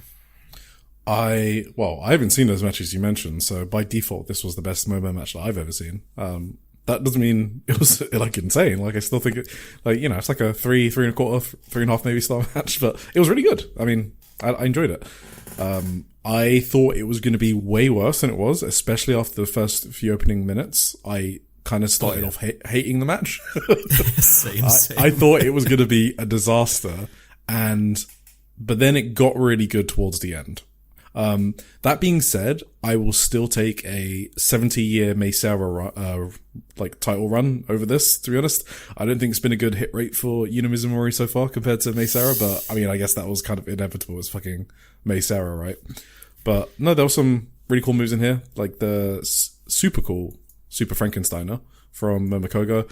I liked the near fall on a seatbelt pin, and I think that's what she used to pin Unimon on the Osaka show, so that kind of, I mean, I didn't think she was going to win, but it was a good niffle. Like, I maybe popped a bit for it. there was I think there was like she was going for like a spinning back twister. At least that's what the commentators called it. I don't know why. But Momo went for it again, and then Unimon just fucking lariated at her out of her boots, which I thought that popped Yeah, me. that was awesome. There was a great crucifix drive. Oh, this is probably the best spot of the match. There was a crucifix driver from Momo to Yuna, and Yuna broke the pin. Yeah, broke the pin with her foot on the ropes. I just liked the way she broke the pin, I guess. It looked that really was good, but I thought the crucifix driver was I didn't care about... No, fuck the crucifix driver is whatever. The shortest crucifix driver I've ever seen, maybe. It was so slow and... But the way Yuna broke the pin was awesome. Okay. One of the best rope breaks. And I love that Yuna is finishing the match with that pin. You called it a Superman pin, because I think she should. It's a high-speed match, and it's a really good near fall, so if she wins matches with that, it builds up credibility. So I think the match was good. The start of the match was cheekster, but it got really good. I don't know what she calls it. This is the Colt Cabana pin, right? And I think she actually got it from him. I think she likes him for whatever reason. Wow. And she likes calls Colt it the Cabana, Superman pin. I think I read that once, that she legit does the move because she loves Colt Cabana or whatever. I mean, I don't. And he calls it the Superman pin, as far as I know. So cool. Either way, we had next up the big fuck off. I'm so over these matches, I'll be honest. Yeah. They're on every show now, it's crazy. It's always like all of hate against some conglomeration of they're doing that on purpose, baby faces. That part, yeah, absolutely. Yeah. They're always setting up the next big hate feuds, obviously, but yeah, it's kind of like it's becoming a bit samey, you know. Yeah, like what I mean by not caring about this is I rarely get into the action on these matches. They're just, there is house show as house show can get, which, isn't bad. You can't go hard all the time, but this is like a Korakuen main event, and I just didn't care much for it. I thought it was kind of hilarious, to be honest. There's fucking bodies flying everywhere. I just can't take it seriously. But yeah, I mean, it was better than that 14-person one, I guess, on Takadana Baba. So, but Konami was pinned by Hina. So this is kind of what, Hina's quite over, and then the most interesting part, I guess, of this main event was the promo after. So this was the pinfall that made Konami accept Hina's challenge officially, and Konami was just like, fine, let's do it. That's literally her response. And once again, the babyfaces close out the show and say it's hate versus everyone right now. So I just think they're booking very obviously to hate falling at Yokohama and it being at the hands of all the baby faces. So they're not like talking about specific units taking down hate. They're talking about the baby faces. So Hanan might probably beat Konami, and then whoever's going to beat Saya, whoever's going to beat the tag, the BMI 2000. I think they're all just going to be different. So what do you think is going to happen with the artist title? Actually, I was thinking about that. Because Konami is both artist and white belt. I have no idea. Maybe they're gonna lose it right after or right before. I think they might do it before. Maybe, yeah. So anyway, makes more sense. So the Sayaka storyline. So I was gonna mention her, yeah. So backstage, okay, Saori Anou is like, "So, Sayaka, you're challenging for the red belt next," and then Sayaka is like, "That's what I'm saying I want to do," and then Saori's like, "Yeah, you did say that." And then Sayaka's like, yes, I was so frustrated. Seeing Saori-san in Ryogoku fighting with all her emotions out in the open, having a match that incredible and still getting beaten up. She looked so cool, but I was still unbelievably frustrated. And I feel like it has to be me now. I'm the one who has to go. I'm going to win. I believe I'm the one who's going to beat Saya Kamitani. So I'll make her accept my challenge, no matter what. Then Saori is like, why are you saying it like you're not confident? What's wrong? Did you put your challenge out there and people said a bunch of things and now you're mentally spiraling a little bit? No? I thought it was awesome. What the fuck? Yeah, I thought it was awesome. Find a goal and take action towards it. Sayaka Kurara doing that is really cool. If you get results, it's going to be genuinely amazing. And thank you for saying you were frustrated about me. But Sayaka, focus on Sayaka. Think about yourself and keep moving forward. And then Sayaka Kurara said, yes, I'll make Saya accept my challenge and I'll win, no matter what. And then Saori Anou says, okay, Dot. She's such a fucking robot. It's so funny. So there you go. Some progression there about Saori basically encouraging Sayaka to go after the red belt. Yeah, they beat Kurara up for quite a while in this match. It was good. I thought that was good.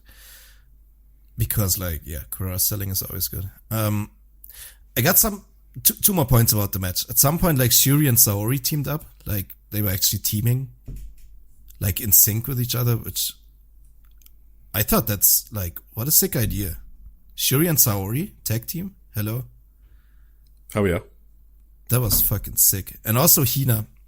Hina's jackhammer looks fucking amazing. I mean, Hina's every move looks amazing. She executes every move perfectly and beautifully and gracefully. And she can never do any wrong. Great. Absolutely. And she's gonna lose. She will lose to Konami. But it's fine. She's being in it's part of the story because she's introduced into the white belt system or whatever. Yeah, because she's Hanan's sister, and Konami beat Rina first, and then she's gonna beat Hina, and then Hanan's gonna be like, "Bitch, you beat Saida, my tag partner. You beat Rina, my sister. You beat Hina, my sister. Now I'm gonna beat you." Yes, that is exactly what's going to happen. Maybe. I mean, it is an insane miss if they do not do that. It is the most obvious thing ever. Absolutely. I might crash out over that. I might crash out. If Hanan is on the fucking opener doing some random match, I'm gonna crash out. Sometimes it's weird with sometimes that's just the Western storytelling brain that tells us there's no fucking way. Now. It's perfect. And sometimes Japanese promotions just ignore the most obvious fucking It'd be shit so funny if they did all of this setup and they're like, "Oh, we just did that. It's just coincidence." That would be insane to me. That would be so insane. Yeah. But it's also maybe Hanan says, "I don't want to work Konami anymore because she injured me or whatever." True. Shoot backstage so they can't have the match or whatever. Something like that can always happen. So I'm never 100% sure about predicting any fucking storylines in Japanese promotions. Which is why I get yelled at by my editor. Yeah, hell yeah. Shout out editor. Either way. So this was the Korakuen show. We had another one. We had the Stardom in Fuji Shizuoka Fujisan Messe. Yep. Messehalle. It's on German. Attendance of 534. Third best ever attendance at the arena, but they had a really great number of 647 in 2023, so it's hard for them to hit that again. So anyway, good number. Yeah, good number for a nothing show, really. Mostly nothing show for me, anyway. Should we go about this in broader strokes? Yeah, just literally say what you want to talk about. I don't think we need to go through every match. Okay, I mean my main notes were from the Starlight Kid and Kikyo match. Okay, so I'll let me talk about the opener then, because I think that was one of my favorite matches because it's got my favorite people. So Movida Loca. Yes.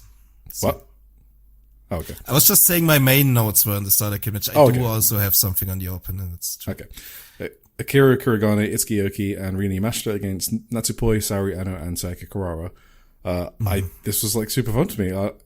Akira and Sayaka were great together. They had a mini singles match. I couldn't believe this was a house show because I also think they were wrestling really hard. So Sayaka speared Akira out of her boots for the finish, which was awesome. So yeah. I think that's kind of what it's there for though, right? To showcase the younger talent, to give them more of a them more mat time or ring time in ring time. So yeah, this was absolutely great. Akira and Sayaka going at it. I loved it as well. I think Akira is really improving in the ring. She has some really nice, just the transitions between moves and stuff like that. I think she's doing really well now. Agreed, yeah. Anyway, after that was a comedy match with Saki Kashima, Maika, and Miyu Amasaki, which Miyu Amasaki picked up another win, which is maybe the only noteworthy thing about that. Just a lot of comedy, and in the end, Miyu outsmarted Maika in a way to pin Saki Kashima. No, she did her big ass fucking pedigree thing on Maika, right? And then rolled up Saki. That was the finish. Yeah. Yeah. Anyway. I think you've already spoken too much about this match.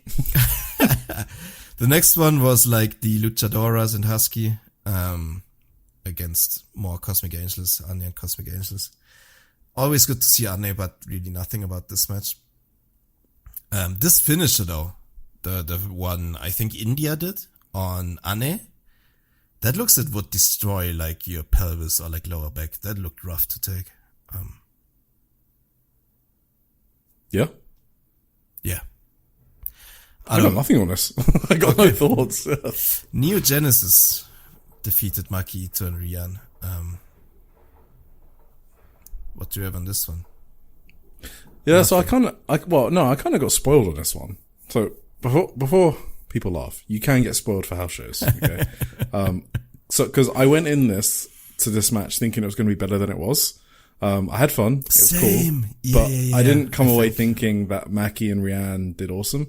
I kind of came away thinking Izumi and Mei are the best high-speed wrestlers on the planet, which is obviously true. So it doesn't mean like Maki and Rian were bad. They were good, but I just thought it was good.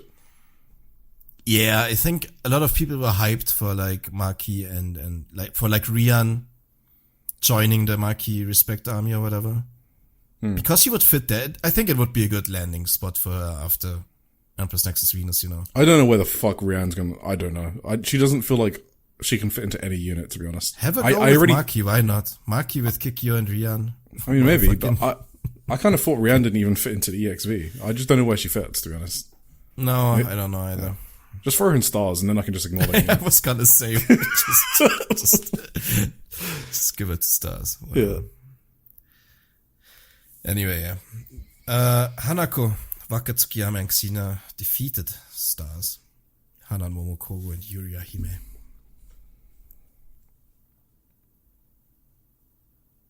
Hanako's got a really awesome big boot, I guess. I really like her big boot.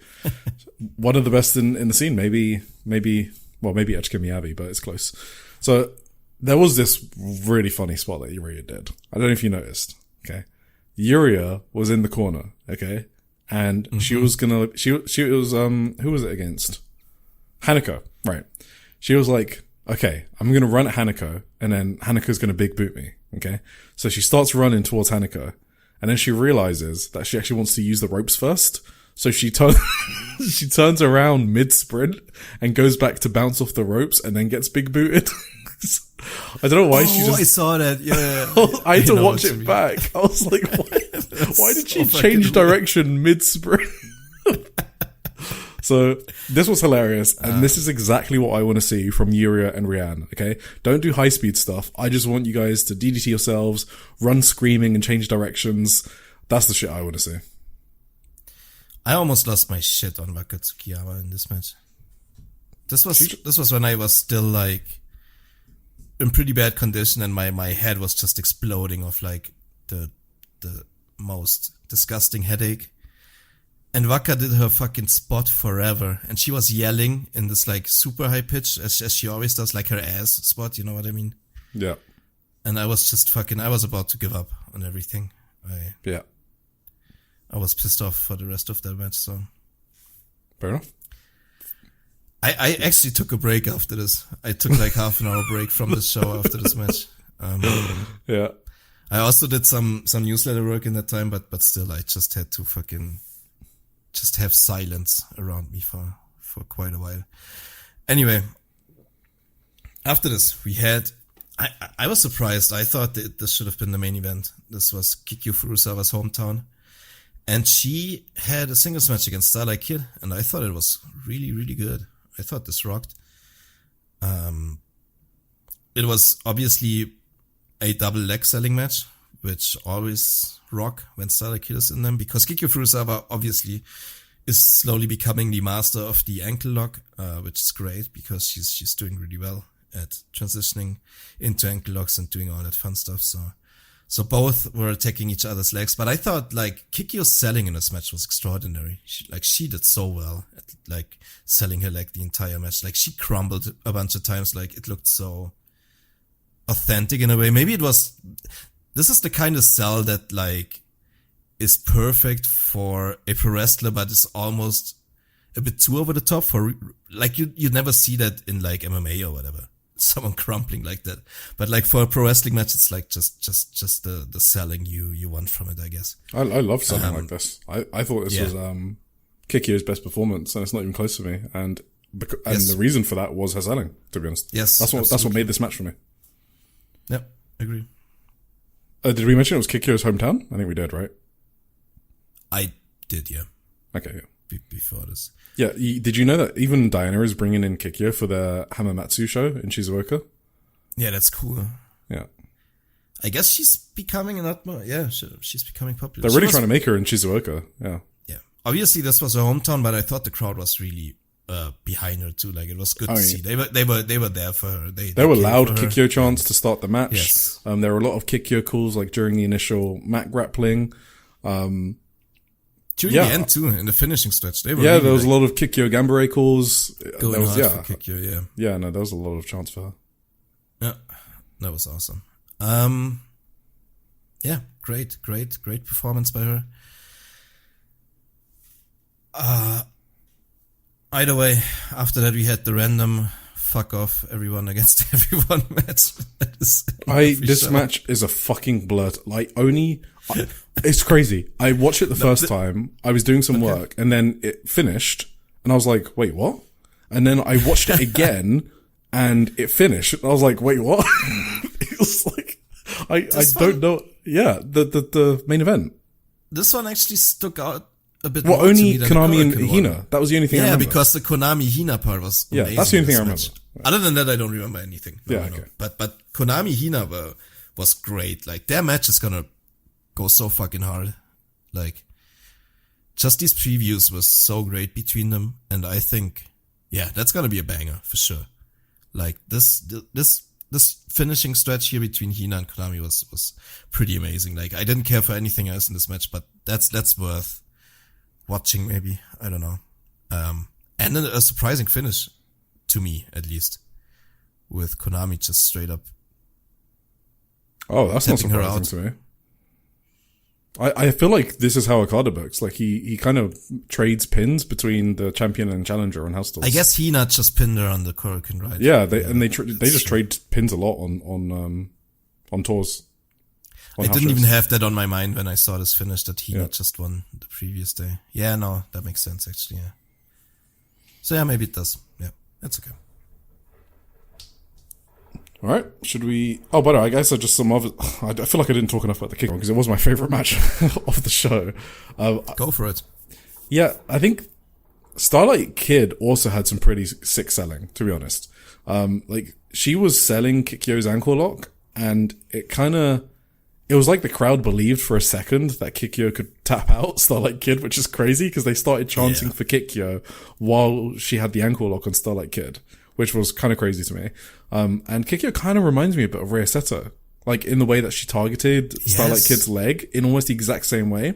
And if you think I'm making that up, they literally did the exact same drop kick against the bottom rope. They both do that same move. So it's kind of interesting. Yeah.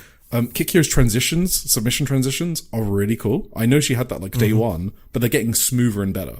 So I can't imagine what she's going to be like in 5 to 10 years, to be honest. It's kind of scary to think about. So this match was really illuminating in that aspect. That it was very eye-opening for me, personally. I thought it was her best performance. That is also kind of reminiscent of Rhea Seto, right? Yeah. Like these out of nowhere, like almost, completely unexpectedly great submission transitions. Yeah. Both like pull out of nowhere, and you just don't expect like wrestlers like, I don't want to say wrestlers like them, but like of the experience level and to just pull those transitions out of nowhere. You expect Siri, you expect Nori, now called Rina. You expect people like that with like an MMA background and stuff like that, but not like rookies with no martial arts experience. Yeah. Or like even Sari, you know. Yeah. But you know, certain rookies are just kind of known for like being great submission grapplers, but like, I don't know. I like Rhea Sato more than Kikyo, but I never had Kikyo like on the radar as like a great submission grappler that came out and over in the last 4 weeks maybe. She suddenly. But she's always been doing these weird picking the ankle, I guess, for like an ankle lock, but not like full transitions to like different submissions moves and stuff like that. So I think she's just getting better at it, basically, like way better.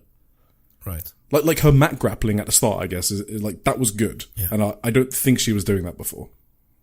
I guess I don't really know how to call it, but like their charisma, their aura doesn't really scream like big bad shoot. Oh no, obviously not. No. It doesn't match her aesthetic. From Rhea and Kikyo. Yeah, the aesthetic, I guess. Yeah. So you just don't expect them to pull out these fucking insane holds out of nowhere. It's just kind of cool. Cool. All right. Let's move into previews quickly. So 20th of February, there's a Saori Homecoming. That's a live show. So obviously the full card is announced now. I'm not going to go through all of it. Saki Kashima versus Saori Ano is a singles match. And then the main event is Miyu Amasaki and Starlight Kid versus Natsupoi and Saori Ano. And then there's still EXV and Mavila Loca to start. Hanako and Rian versus Itsuki Oki and Rina Yamashita. It's never ending. There's a big fuck off 12-person tag between Hate, Hanan Hina, Lady C, Momo Kogo, Rana Yagami, and Yurihime. Okay, yeah, it is what it is.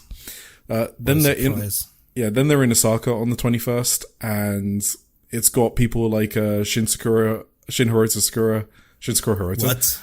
Yeah, well, it's because, do you remember the last time they were in Osaka? They set this up, and Ranmaru came out.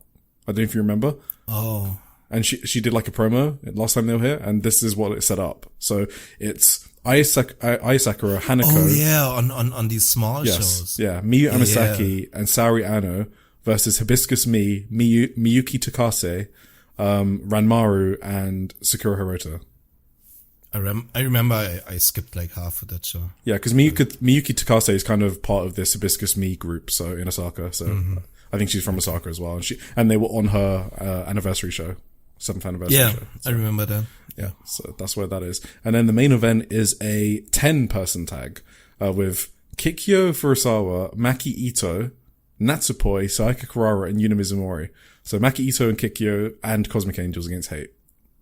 So most of these shows, Hazuki is just working with the Mexicans, and so is Maika, which I guess makes sense. That makes sense, yeah. On the 22nd in Kobe, which is also a live show, I believe, the main event is obviously Ai Sakura, Natsupoi, and Saika Kurara, because Ai Sakura is from Kobe, and they're against Amisure, Rani, Yugami, and Syuri. Anything else fun on this show? Not really. Nah. And then on the 23rd, this is a VOD in Okayama. The main event is Amisura. Well, actually, I'm saying these are main events. I actually don't know because they changed the card order. I'm just assuming it was the main event because Ai Sakura is from Kobe. But I guess it could not be either as well. Fuwa-chan is on these cards. Well, she's on the 23rd in Okayama. Is she on all of them? I didn't look. No, I think she's only on the 23rd. Cards. But maybe, whatever. Oh, she's also on the 20th as well. Yeah, okay. So Fuwa-chan is working some of these shows. Cool. There's a 10-person tag on the 23rd. Anna Kanaya, Ai Sakura, Natsupoi, Saika Kurara, and Yuna Mizumori against Neo Genesis and Saki Kashima. There you go. So some fun stuff. Four shows in a row. Jesus. That's crazy, yeah. They have a schedule. Yeah. And then Korakuen on the 28th, which we've only got 2 matches, which is Akira Kurogane and Hanako for the future title, and Konami versus Hina for the white belt. Yeah, that's gonna rock. Alright. Next up, we watched Tokyo Joshi Pro. They had a Korakuen Hall show. On February 14th, they had 732 in attendance, which is alright for Tokyo Joshi, I figure. Yeah, it's the same numbers. I don't know what the averages are. Yeah, it's around that. It was the Futariwa Princess Max Heart Tournament, day 4, the final day. And that was a fun show, actually. Pretty much. Yeah, I mean, I thought there were 2 awesome matches, like fucking great matches. Main event sucked, which we'll get to. But yeah, no, overall, I thought those two matches made up for pretty much everything on the card. I thought those two matches were genuinely...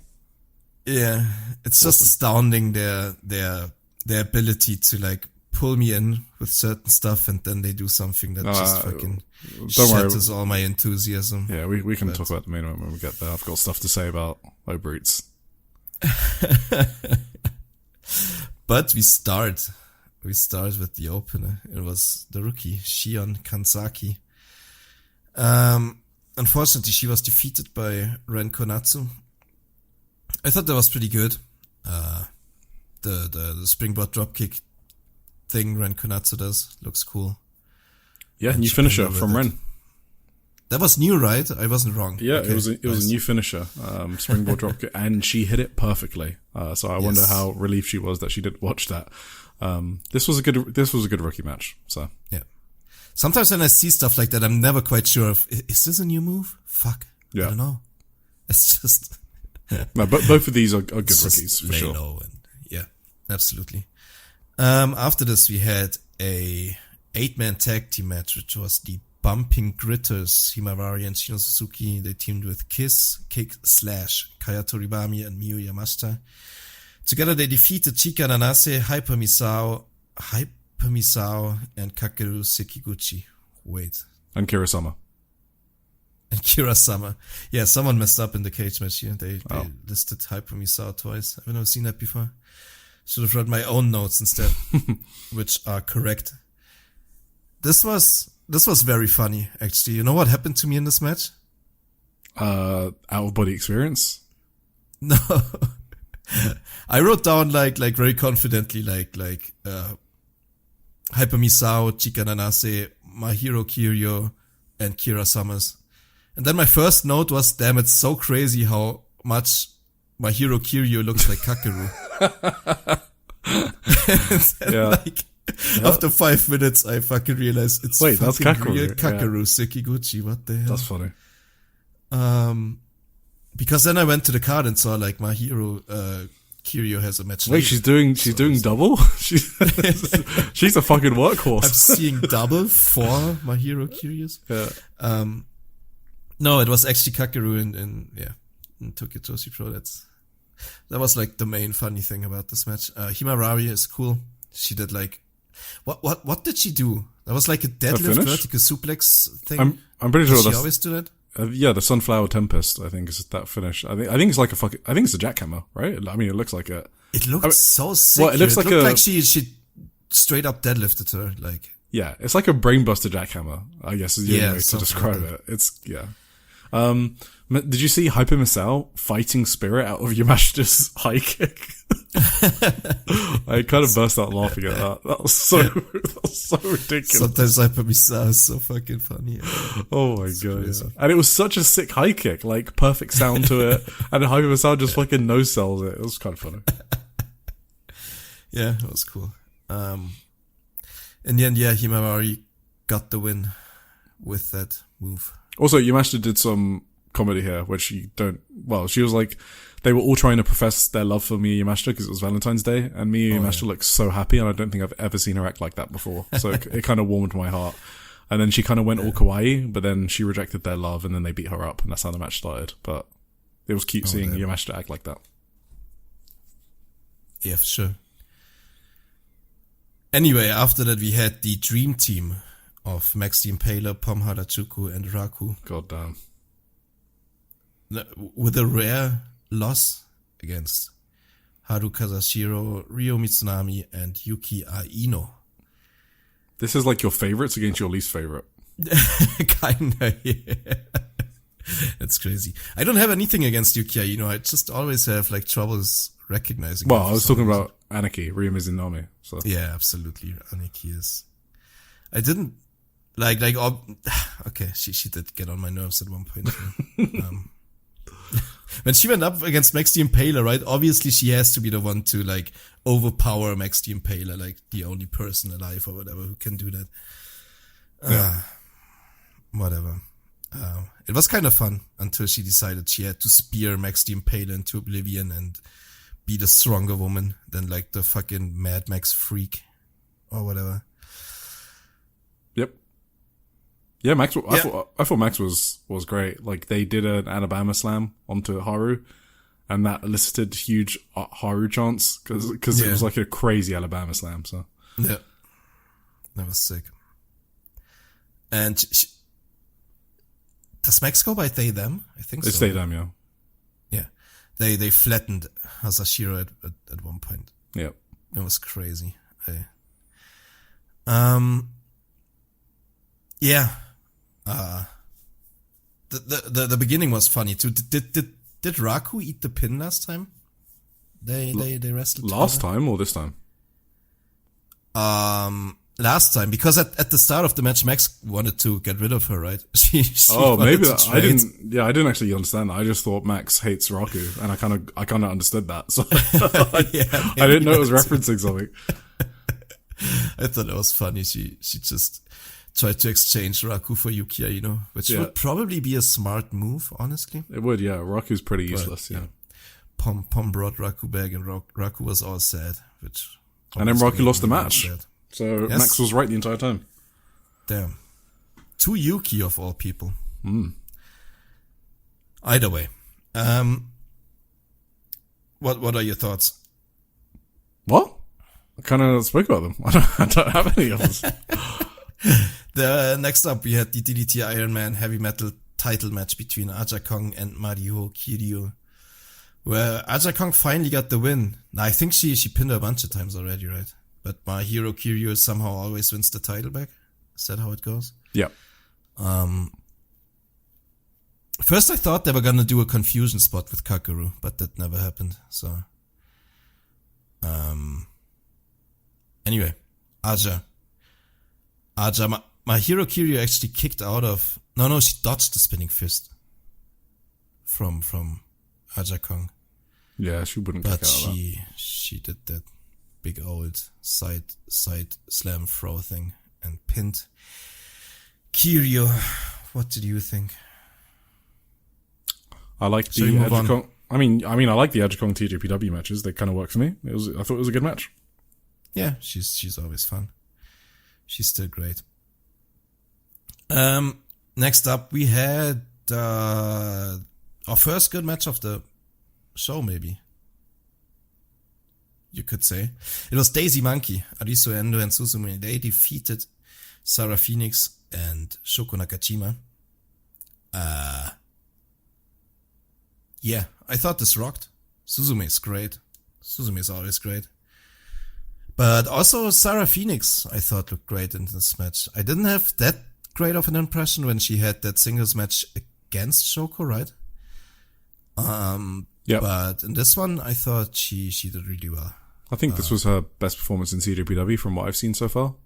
Yes. But she still had some sloppy moments in this match. Like she almost shoot KO'd Arisu with a knee. I don't know if you saw that. Like, okay. Yeah, no. I saw that. I thought it looked awesome, but maybe it was a bit too real then. Yeah, no, I think that one was a bit too real. But, I mean, yeah. So Daisy Monkey are one of the best tag teams in the scene, right? So you were on the Suzume train a bit before me. I only got on the train during the Miyu preview tags leading up to the 4th of January. When I say get on the train, I don't mean she was bad before. I always knew she was good, but I mean, I started to see her as a top talent in the scene during those preview tags. That's when I was like, okay, Suzume is fucking legit. Arisu is obviously an excellent talent, so the tag team is just fucking great. It's literally not about TJPW or not. They could hang with like any tag team in the scene, so. Yes. No, I totally agree. I thought this was good. Yeah. She did her awesome like rope walk bulldog thing and the ringer bell for the win. Awesome. And I think they're like pushing her well now. I think they know they got something with Suzume. They're giving her a hell of a lot of wins lately, and I think this is going well for her ascension. Yeah. Yeah. Next up, it was Hakuchumu, which is Miyu Watanabe and Rika Tatsumi. They defeated Mifu Ashida and Yuki Arai. Yeah, what do we have here? We have a fucking masterclass. An absolute banger. This was just insane. This match was just fucking ridiculous. It was so good. Everything about it, like the storytelling started like at the first second, basically. And by the end of the match, like I don't know, it left me speechless, honestly. It was so good. Like, I don't know. Do you want to go over it first? Or why would you do that? If you pass it over to me, I'm not going to stop talking for like 20 minutes. All right, let me get my shit in then. Yeah, get your shit in first. I thought, so basically the story of it is that Miyu Watanabe constantly out-wrestles Yuki Arai and kind of like shits on her in a way. Like she schools her, basically. Like she kind of makes a joke out of Yuki Arai during their like parts of the match when she just constantly like puts her in the holes, like easily gets out of any hold Yuki Arai tries. She's out wrestling her, yeah. She's wrestle fucking completely out wrestling her until like Yuki Arai kind of like fucking had enough and kind of snapped. They were both on the apron, landed on the apron at one point. Yuki Arai just fucking gives her a like. It's just her full Nelson slam. Like a rock bottom full Nelson. I don't know what to call it. Yeah, no, it's a full Nelson slam. It's just one of her signature moves. Oh. From the apron to the floor, and Miyu was just fucking, I don't know, her soul left her body in a bad way. She was like, she sold this like she was fucking killed. Like, from the slam. I can't imagine that it felt any good in real life, but obviously, she fucking did everything to sell the absolute ever-loving shit out of this, and then she like... Can I disagree with you? I think it was like a safe bump. I think it was a super safe bump. Like on the mat, okay. It's a flat back bump. That's what makes this even more incredible to me. The fact that she sold it the way she did. And it was probably like a normal bump that she takes. Like, it's from the apron, you have to remember. It's not like I don't think she was standing on the apron. It sounded disgusting. She just splattered on this mat. I don't know how thick this mat is, or what. I don't know. Yeah, I mean, maybe it does suck compared to the ring. I imagine it does, but the fact it's a flat back bump kind of makes me think she was probably fine. And it's like a lower height. She was fine, I'm pretty sure. It's a lower height than an avalanche suplex, right? But the way she sold it, that's kind of true. The way she sold it, you would think it was like some Minami Toyota shit from like the 90s and like some crazy fucking bump. It was actually. Yeah. Oh, sorry, I just wanted to say that. Go on. Nah, this was just like after this. Miyu was just fucking killed. She couldn't move anymore. She like they rolled her back in the ring and I think Mifu Ashida pinned her. And like she didn't make any movement to kick out or anything. Like Rika Tatsumi came in for the save and like she just sold this like she was completely out. And Yuki Arai had this fucking fair play to Yuki Arai as well. She played her role like immaculately as well. She had this fucking murderous look on her face like I've never seen from Yuki before. And I wasn't actually aware that Yuki was already the legit number one contender for the title because I didn't see the show when they had that number one contenders match or whatever. So, I mean, obviously after the match, that was my main conclusion was these two are gonna have a match at the big show, and it's probably gonna fucking rule. And I would have never said that about a Yuki Arai match before, but she was good in this match, and Miyu just sold this match big time for me, and I think for everyone who watched it. Miyu is just a fucking miracle worker, and she's just absolutely incredible. She was, I don't know, she's best in the world material for sure. People need to understand that. And I think I'll give the mic over to you. Well, I think you said it quite well. I mean, I've been saying it for a long time. Well, ever since I started talking about wrestling publicly, when I started writing about it and talking about it on pod. But I thought it privately for a long time. I mean, I have the receipts, the articles, the episodes on this podcast. I'm not trying to say it's hyperbole. She is one of the best wrestlers in the world. Okay. She just is. She's like a legitimate top 5 candidate for best in the world. And I mean both man or woman, just to be clear, if I actually have to even say that. If that sounds ridiculous to you, not in this podcast. If that sounds ridiculous to you, you just need to watch this preview tag. This was meant to be a random undercard preview tag but with Yuki fucking Arai, okay? Yuki Arai is a literal broomstick, okay? And Miyu makes her look like fucking Roderick Strong with how much she sold her back from the full Nelson Slam. It was insane. It's not even that. Like, even at the start of this match, when I was watching Miyu grappling, I was like, I just want to like watch her against like Hashimoto or something. It's crazy how good of a mat wrestler Miyu is. And it's not like she's a shoot wrestler, like an amateur wrestler. She like learnt this. Like obviously she's not as good a shoot wrestler as Hashimoto, but I feel like they're not far off. I feel like Miyu isn't that far off. And she's also a way better seller than Hashimoto. And then think about the way everyone thinks about Chihiro Hashimoto, where she was like, she actually got mentioned on the Outstanding Wrestler award, right? She was in honorable mentions. No one thinks about Miyu Watanabe that way, and I don't know why. Like, does no one watch Miyu Watanabe, like, when she's in action? She is legitimately the best seller in the world. Okay, I do believe that. Like, maybe it's her and Starlight Kid, but I think Miyu is better than even Starlight Kid. And there were like, so my first notes from this match are just gibberish, because I'm just like getting excited about Miyu like doing headlocks and like throwing Yuki into the corner with like aggressiveness. It's like she has like such attention to detail. Everything she did was perfect. And then there was like, Miyu did a chop to the throat of Yuki Arai. And Yuki Arai in the corner, and Yuki Arai sells it like she's been murdered. And I was like, I don't think I've seen Yuki do that before. I was one of my comments here is like, I was legit wondering if they were shooting on each other at one point here. Like Miyu, they both reacted so fucking great, and Yuki Arai is like just how she reacted to everything and how she sold everything Miyu did to her was so fucking authentic and felt so real in a way that I actually wondered if like Miyu is shooting on her a bit. And she was so frustrated. She sold the frustration so well. Like Yuki, I mean. And I don't know. Yeah, like when she got chopped in the throat, she was like, she was literally like almost dying from that. And it was a sick sounding chop as well. The whole crowd reacted to it. I don't even know how to describe that chop. It's like so non-TJPW, I guess. It's like the shit you would see in like the stiffest, hardest hitting Joshi matches, right? Like of all time. And it's just like they're in a TJPW like preview tag because it's Miyu Watanabe and she does this shit.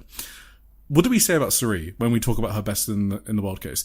We talk about her bringing people up, right? Like Kakeru at the Oz Academy Korakuen show. Yuri, she had a great match with.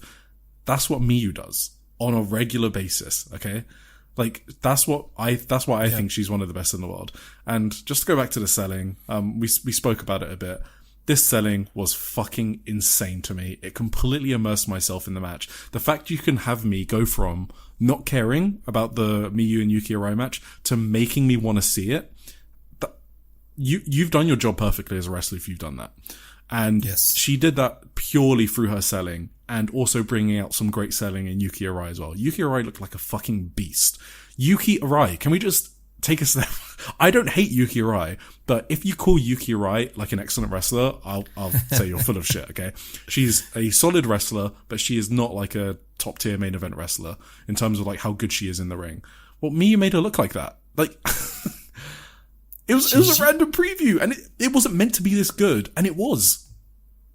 She looked like a fucking psycho by the end, Yuki Arai. Like I don't know. It was incredible. Something was in her expression that was really good as well. Okay. Now, towards the end of this match, okay, she's selling her back like hell, okay? Did you see her block a suplex? I think it was Mifu Ishida was trying to suplex her. And Miyu was blocking the suplex and she was like punching her back. You know, like trying to like, it was like that attention to detail. Like who even thinks about doing that? Like it's hurting for her to block the suplex and she's thinking about selling that. Like she puts thought into every single motion she does. And then she's walking up to Ishida who's in the corner and she's like walking all crooked because her back is fucked from the fucking full Nelson slam 10 minutes ago. She's fucking insane. She's insane. Miyu Watanabe is insane. Yeah. Even during her, like, spoiler alert, she still, like, pinned Mifu after a teardrop.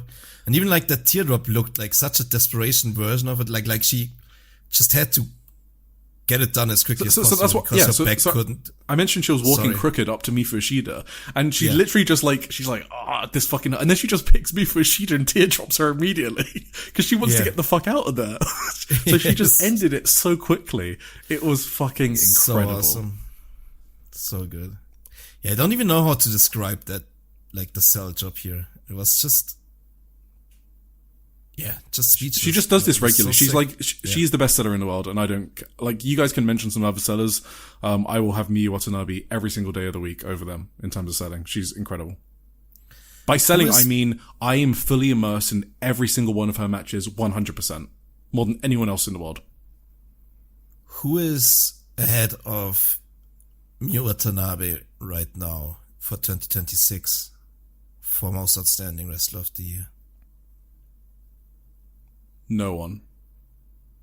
I don't think so. If you can have like a notebook Like preview tag, I don't think with anyone either. Is what I mean. Sorry. Yeah, so a notebook preview tag with Mifu Ishida and Yuki Arai, who are considered two of the worst wrestlers on the roster. I mean, like, what are we doing here? Like, this is like insane.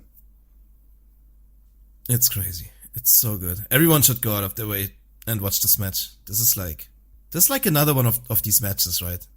Together with those last week.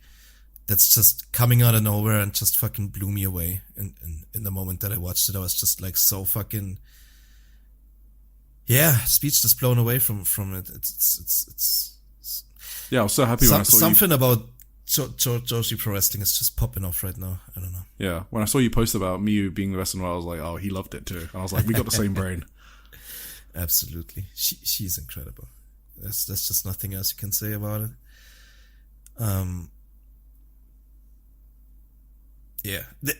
Did you see at the start when Miyu was still kind of playing with Yuki Arai and Yuki like got the upper hand for like a second and tried to put Miyu in a sharpshooter? Yeah.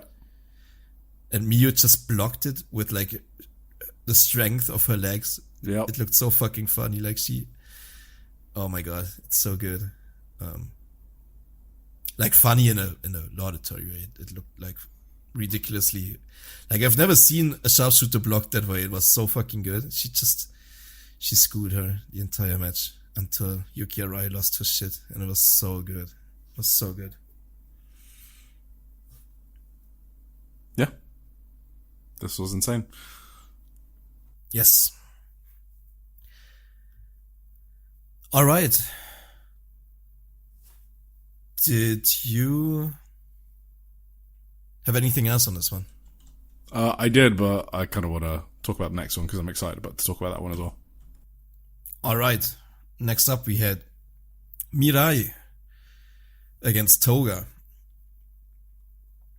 Yes.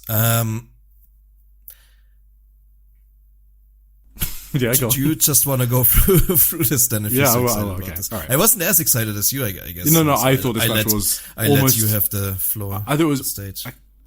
I think it was just a bit below the Miyu match, but I thought this was awesome. So I thought this match was interesting to me personally because I wanted to see what style of match Toga would wrestle with Mirai. Because Mirai's been going hard in the independent scene, following her departure from Marigold in 2025.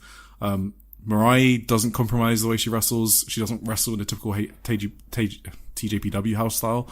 And Toga has like shown glimpses of her breaking out of that style.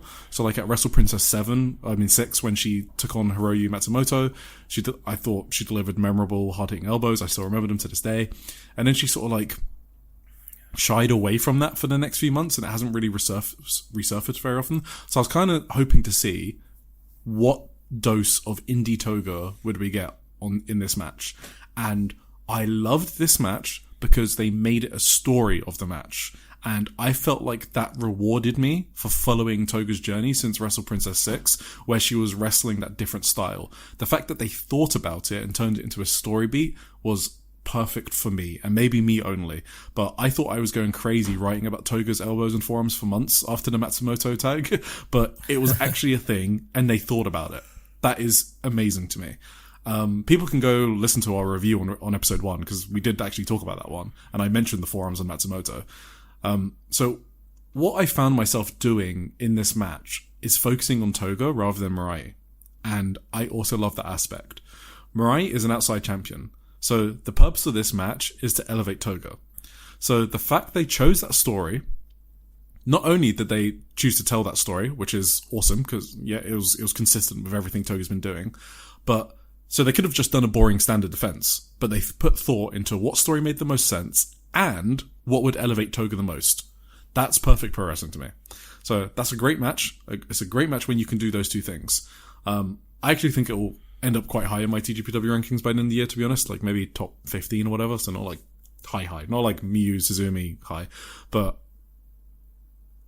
I just really like that they chose to do that thing. And the fact that I was focusing on Toga means this match served its purpose. Because Mirai's a star, and the fact that I wasn't really looking at Mirai and I was thinking about, okay, what's Toga's striking going to be like? What's she going to do here? How's she going to counter that?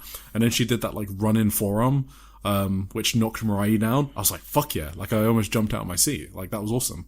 So that is why I really like this match. I also think Toga doesn't have to like leave and do indie stuff. I think she should be the person in TJPW doing the indie shit. With a TJPW aesthetic, with the crowd connection, I think it works. It's like the lineage of Miyu Yamashita rather than Mizuki, right? I want her to like lean more into it. And that's not because I want TJPW to change and be all stiff striking or whatever. That's not TJPW's identity and they shouldn't change that. But I think that there's room for like one kick-ass indie style wrestler on the roster. And when you do that, it becomes part of your gimmick or your character and it helps you stand out. And I think Toga can take that to the next level. Like I said, become the next Miyu Yamashita. You know, kick someone's head off for the title, have someone work hard to beat you. Toga can be that wall for people, I think. Yes. And then I also loved Toga crying her eyes out after the match. So I thought that was super, super cute. Yeah. No, it was very emotional. I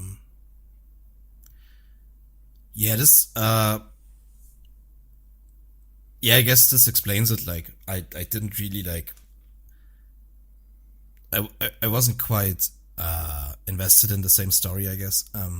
I guess I didn't really explain how they told the story. Into the story. Yeah, no, sorry, I didn't mention it was the arm work. I completely forgot to mention that. That was part of the story that they like Mirai was targeting Toga's arm because she has good elbow strikes, and that's what I loved about this match. That Mirai was trying to disable that weapon, and Toga was trying to find ways to use it. So that's how they told that story. I didn't mention that. Okay, yeah, that makes sense. Yeah, Mirai had a sick like double arm lock at one point. Yeah, that looked nasty. I thought it was like technically a very good match, like very competent. I'm not the biggest like Toga is someone who just never really stood out to me on the roster. But yeah, this was a good effort. I thought the post match was very emotional, which always like endears people to me. Obviously, if they can show emotion like this, and the finish looked fucking sick. Mirai just murdered her with a lariat, which absolutely ruled. Mirai did an angle slam at one point. Yep. I don't know if she's doing that regularly now, but I don't remember. Looked cool though. Right. After that, I was like, Suzumi's got to challenge her for the big show, right? And that's what happened, and I was very happy about that. Sorry, you talk. I gotta sneeze.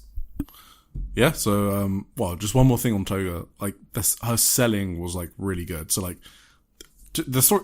I told you about the story in terms of like working her arm, but it's like Toga started forearming Mirai in the chest, and then Mirai starts blocking her elbows, and then trying to work her arm to weaken it. And there's like cool selling touches by Toga where she's like not fully locking a headlock because one of her arms is being worked on. That's just really good arm selling, to be honest, and that's why I kind of enjoy this. Like Toga is like scrambling for the ropes after she failed a rock bottom and she got caught in an armbar. And then I do think she could have sold that a bit more, but that's kind of like nitpicking, just things for Toga to improve on.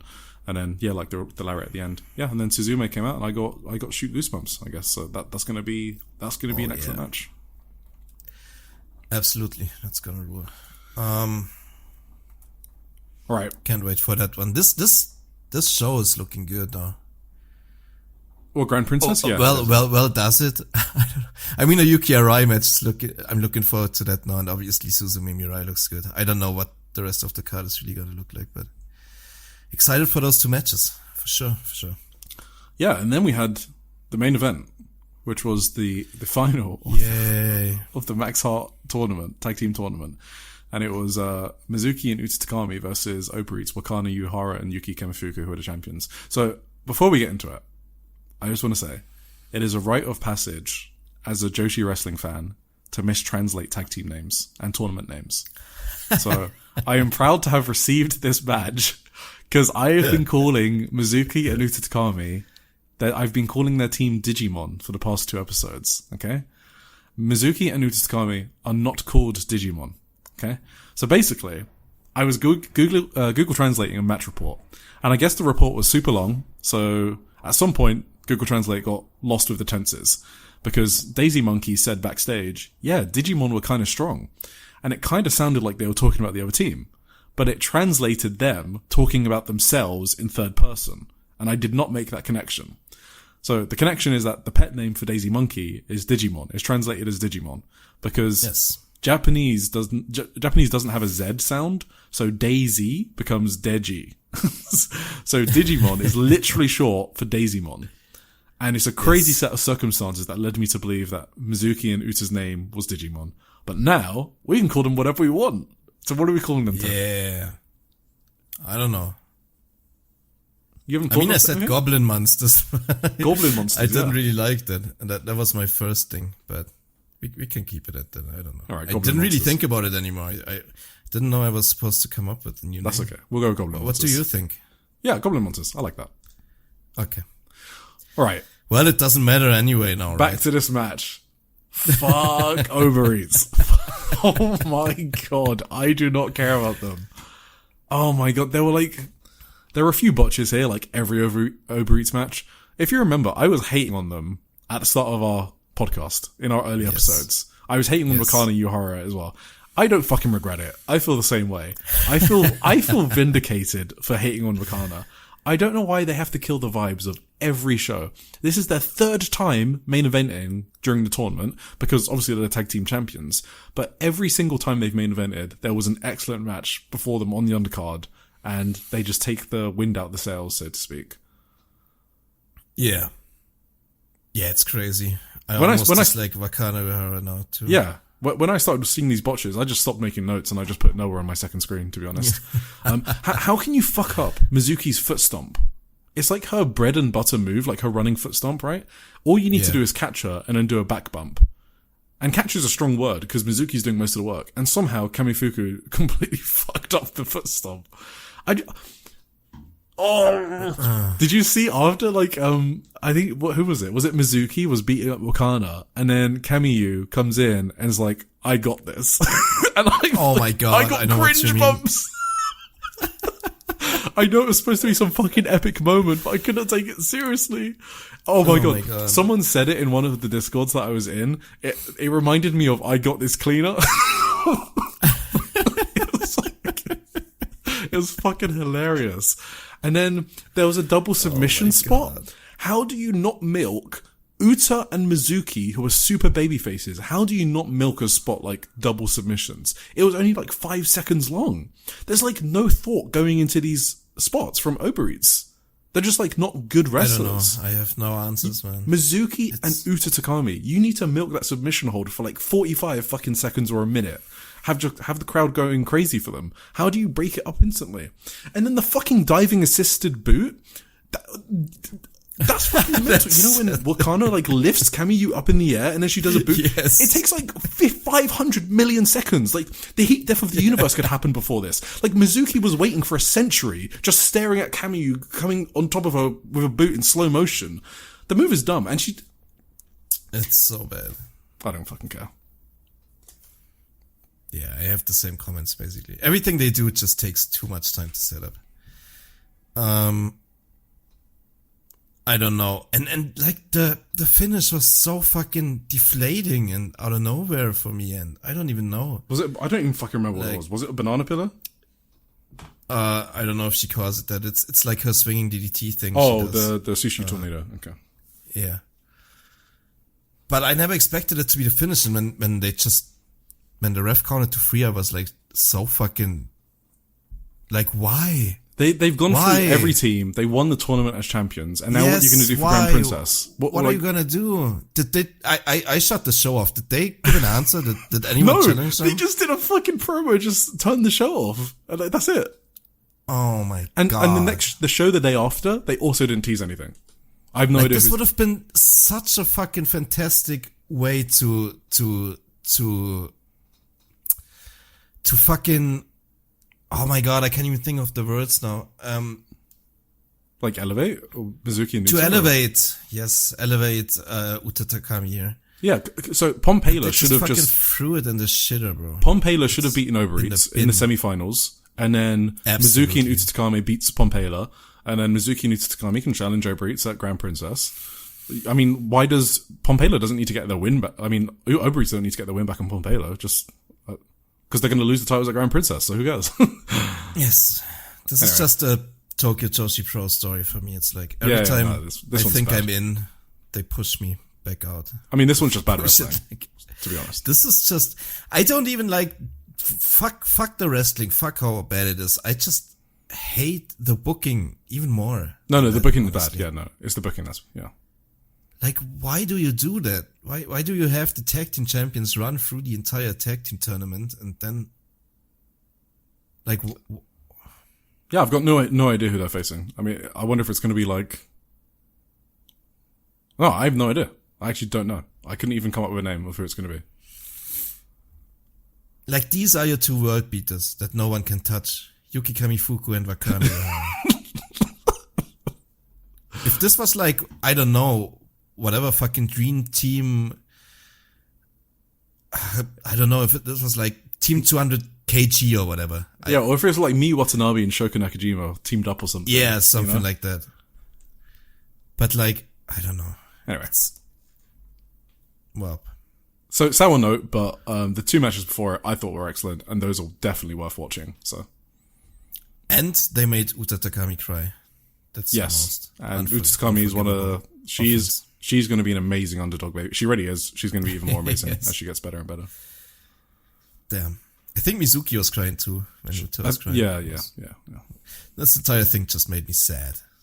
Amen. All right, well, so I just wanted to mention one storyline that I haven't mentioned. So Rika is like, there's a storyline where she's going to go to like the dark side leading up to Grand Princess. So that's kind of why I think she choked someone in the Miyu match, but we spoke about Miyu Watanabe so much that we didn't really mention Rika Tatsumi. But yeah, she's doing a storyline where she's basically turning evil, and Super Sessadango Machine is kind of like steering her to that side. So we'll see where that goes. Wait, is she the one teaming with Super Sessadango Machine? No. It's Hyper Misao and Super Sessadango Machine versus Konosuke Takeshita and Yuka Sakazaki, I believe. Yeah, right. All right. But that was... Yeah? Wait. Now that I look at my notes, that was an amazing spot, by the way. When Mifu did her, like, cheerleader routine, and Rika just walked up to her, just fucking choked her. Yeah, like, She just, like... Just walked up to her, like, and that's just part of the story. put her hands on her throat. Yeah. That was so fucking funny. That cracked me up. I loved that one. Yeah, Rika Tatsumi is super funny. I like it. Yes, absolutely. Great Discord poster too. Cool. So, should we move on to Marigold? You can do that if you want to. Alright, I didn't watch the first 3 matches. I only watched the last 3. What do I want to talk about? Oh, I know what I want to fucking talk about. This Miku and Chiaki storyline. No. I just need to tell people how bad the Marigold booking is, because maybe they don't believe me. Like, the storyline they're doing with Miku and Chiaki is that Chiaki is being so annoying that Miku is like starting to swear and say trash, like call her trash. Like, she called her bulky trash here, basically, and the crowd started chanting it to Chiaki. So this was Chika Goto and Utami Hayashishita versus Kuki Amare and Miku Ono. Miku and Utami were awesome in this match, obviously. They're fucking great. So Chiaki just intervened, basically. I think she like hit Miku with a chair or something, and I wasn't quick enough with my reactions, so I couldn't skip the streaming time, so I had to see Chiaki smiling and like licking her lips with her massive tongue. Then Miku said she was going to destroy her, and so I can get behind destroying her, and because she said she was going to wipe her off the face of the planet, so I kind of like that. That's great. And then they're officially booking on the 23rd of February Miku Ono versus Chiaki in a non-title match. Why are you wasting my fucking time? I don't. Why can't you just put the title? They just did that with Chika Goto before, if you remember, right? Where they completely geeked out Chika Goto, but they were like, "Hey, if the crowd cheers, you can get a red belt match," and the crowd didn't cheer. It was so awkward. And now Chiaki has been doing a storyline with Miku, and it's non-title. Like, why is Miku Ono main eventing shows? Well, she's probably not going to main event the Korakuen Hall, but not putting her belt on the line. It's like fucking sabotage. Is she even the champion? Who? It's like high-tier sabotage from the dumb fucks, Miku. Rossi and Sonny. Yeah. It's insane. I mean, it's kind of been the case ever since she won the belt, right? Like, starting with the show she won the belt on. So the transcript was hilarious after the match. So the reporter, Shupo reporter, is like, "Hey, at the Korakuen on 24th of January, Chiaki said, 'I'll put anything on the line,' and you fired back, then bring something you can put on the line. But since then, there hasn't been any follow-up. Why?" So the reporter is like, "Why is your booking so dog shit?" And then Miku is like, Miku kind of saves it. She's like, "Well, Chiaki doesn't have anything to put on the line, right? If we're talking simple stakes, then sure, the belt, but she doesn't have that. She has a belt, but it's a tag belt, so she can't put it up by herself. So she says she'll put anything in line, but she's got nothing. It's all talk." And then, oops, I said something dirty again. So she's like joking about swearing and stuff like that. Then the Miku Ono says, "For today, let's just say it's Friday the 13th. So it's like I got attacked by Jason." And then the reporter says, "Friday the 13th. That's a pretty old reference." And then Miku Ono says nothing and glares at the reporter. Anyway, on the 23rd of February at Korakuen, I'll wrestle Chiaki in a non-title match. And then the reporter says, Chiaki also said something unusually frank. She said, "I don't think I've got a long pro wrestling career, so I have to grab chances when I can." When I read this, I was like, no fucking way. Is Chiaki going to retire? I got kind of hyped. And then Miko said, "You really think she means that? You're being fooled. I don't know what her deal is coming after me this persistently, but I don't think she's got some lovely feeling like that. I'm going to keep raising this belt's value in my own way." By not defending it? I don't know. Whatever. It's so fucking weird. In the main event, it was the 3D Trios Championship Tournament semi-final between Mayu and her proteges, which is Kamomo Minami and Victoria Yuzuki, against Misa Matsui, Nagisa Nozaki, and Ria Seto, which is Darkness Revolution. Ria Seto got the pin. It made me happy. She pinned Kamomo Minami. Ria has, like, on top of everything we said earlier, she has one of the most adorable promo styles in wrestling today. That's why it was kind of like surprising to me they turned her heel, because the crowd loves her. She trips up on her promos all the time. I can't tell if it's like just a gimmick. It is insane how much she trips up and loses her spot, and then the crowd just starts chanting for her. It's a good gimmick if it's a work, and if it's not a work, it's adorable. So yeah. Now I remember I got that match spoiled for me, so I didn't even want to watch it. So. Yep. So then just Korakuen Hall preview quickly. 23rd of February. We've got Kamomo Minami and Yuka Yamazaki versus Spunky Monster. Not even going to talk about that match or that match. Then we got Chiaki and Miku Ono in a singles match, non-title. We got Mayu Iwatani versus Rin. So that is cool because Rin's on her retirement road in Marvelous. And she said she wanted to face Mayu Iwatani. We mentioned it last episode. And the fact she actually got it so quickly is actually surprising to me, but there we go. I said it might happen because of the Marigold with Marvelous relationship, and it did happen very quickly. So there you go. That's cool. The finals of the Trios tournament, which is Erina Yamanaka, Mai Sakurai, and Natsumi Shizuki versus Darkness Revolution. Kinda hoping Darkness Revolution win that, just to give Ria Seto a belt, I guess. Yeah, I don't know. And then the main event is Chika Goto. Yeah? Who are her mates? That's Nagisa Nozaki and Misa Matsui, yeah.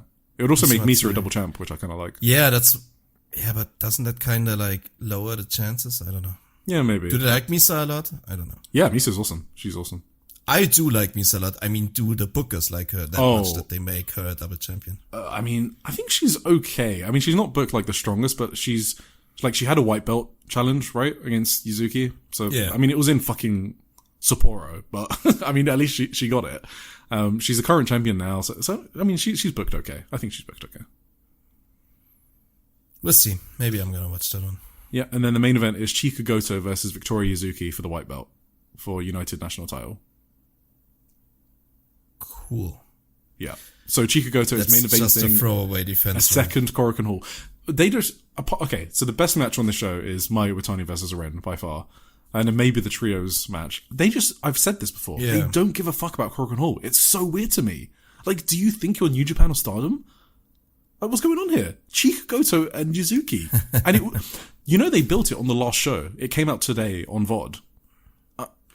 It had like 1 week build, and that's your main event? Whatever. Anyway. We don't want to be too negative. Let's move on. We are in the Indie Zone. Indie Zone. Right. This is the last main thing I want to talk about. So, Marvelous had a show on the 13th of February at Shinjuku First Ring. And it was Miyamoto's 10th? What year are we in? Yes, 10th debut anniversary. Yeah. So the opener was Haru and Yurika Oka, that's Bob Momo Banana, against Shinsuke Hirota and Yosuke Santamaria. You already know what this was. You got anything on this? I don't think so. Okay. I did watch it, yeah. I had my notes on the wrong page, but no. Okay. Hirota. I did think it was cool, like Hirota was Kaoru Maeda, right? Yes. Yeah. Who has been retired for a couple of years, but then the actual Kaoru Maeda came out for Mio, so that was cool. Yeah. I liked it. Yeah. And she worked in Marvelous since the start, I'm pretty sure, so. Yeah. Kind of a feel-good moment, I think. So, yeah, that was cool. Cool. Yeah, she could barely walk. So that was kind of, yeah, she looked kind of rough. She looked rough, yeah. Then, so she's the one that had that, like, legendary match with Aja Kong in, like, 2000 or whatever. It was like an insane death match. Yeah. So, then we had Aihuzen versus Suri. Alright. So, some background for this. So, one of Ai-chan's best performances in 2025 came against Suri in a singles match on 30th of July. And I thought after that, it kind of kickstarted a run of, like, really good outings for Ai-chan. But her momentum kind of stalled after that, leading her back to square one. And that was the catalyst for the Mio match that we spoke about last week. So I thought it was cool that it was Suri once again being called in to try to spark something. So that was a cool callback for me. All right. So I don't think this match was as good as their last one, but something's different this time. It's because I didn't care that this wasn't like a traditionally great match. I have such a bond to Ai-chan's character now that I don't give a fuck if she has matches like, and it still worked. I really wanted her to win. She lost, but not in a Mio Momono crushing sort of way. She just kind of lost a normal match. Like she tapped out to an octopus stretch. So it wasn't graceful. It was anticlimactic for sure. And it was kind of embarrassing for Ai-chan, to be honest. And I find that interesting. That kind of worked for me because I felt even more bad for Ai-chan that she just had such a nothing loss after the Mio match. Yes. Because after the explosive performance in the Mio match, like you would expect her to have an explosive performance after that Mio match, but it wasn't. And in that way, it made it even sadder than if she had a great performance. I don't know if they did this deliberately. I imagine they didn't. Because if they did this deliberately, I think they would have worked differently.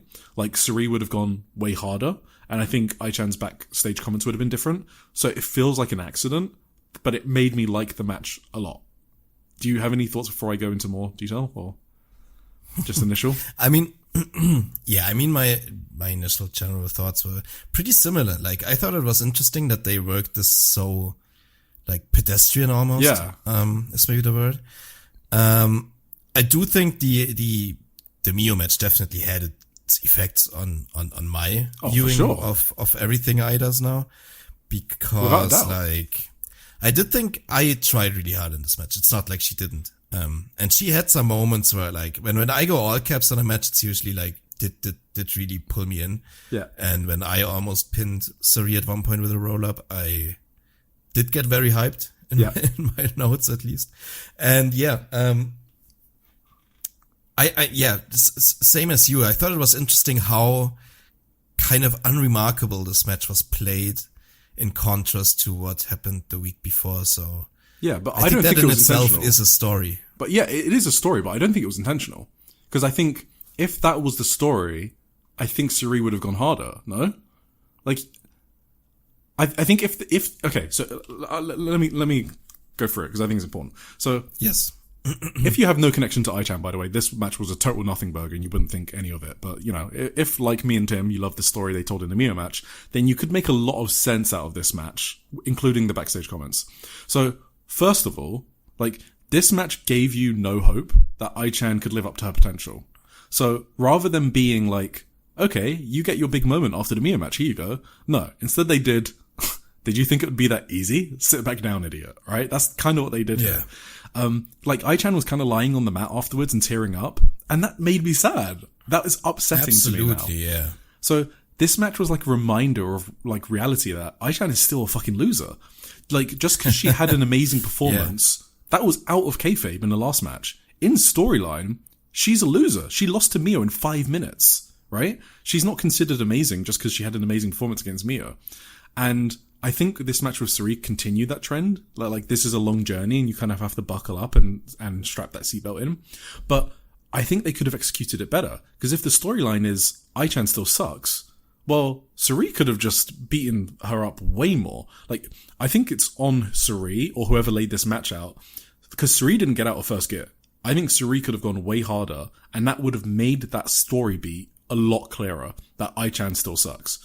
And it still worked for me, like I said, but I do have to call out that it felt like a bit of a missed opportunity in that sense. Do you know what I mean?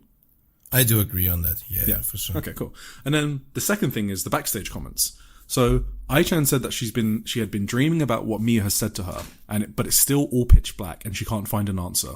She said that when she found out she had a match with Sarik, she wanted to run away, but despite that, she stuck with it. So when Sarik was leaving the ring, she whispered in Ai-chan's ear and asked, "How was that?" So that could be read as a gloating thing, but I actually think it was more of a nurturing mentor thing. So that's kind of how it came off to me. Because you see how like gentle Sarik was? Like, both in this match and afterwards. She was like trying to put an arm around her almost. And so that's kind of why I think they weren't trying to do an Ai-chan still sucks storyline. And I think they were more trying to do a wrestling can be more enjoyable. Because here's what Ai-chan said. So Ai-chan said that despite all her feelings before the match wanting to run away, she had fun today, and the Sarik match gave her hope. Because despite getting owned, it made her, she didn't say that, that's me paraphrasing, it made her realize that she can't be thinking about everyone else like what Senka's doing. She needs to be herself. Ai-chan said she's going to start wrestling the way she wants from now. So Sarik not only served her a reminder of reality, that's kind of what I thought they were doing, but she also said, hey, I've been thinking too much about others. Even though I lost, this was fun, and I'm going to try focus more on that. And Sarik was way gentler on her, because I think they were trying to get that story over.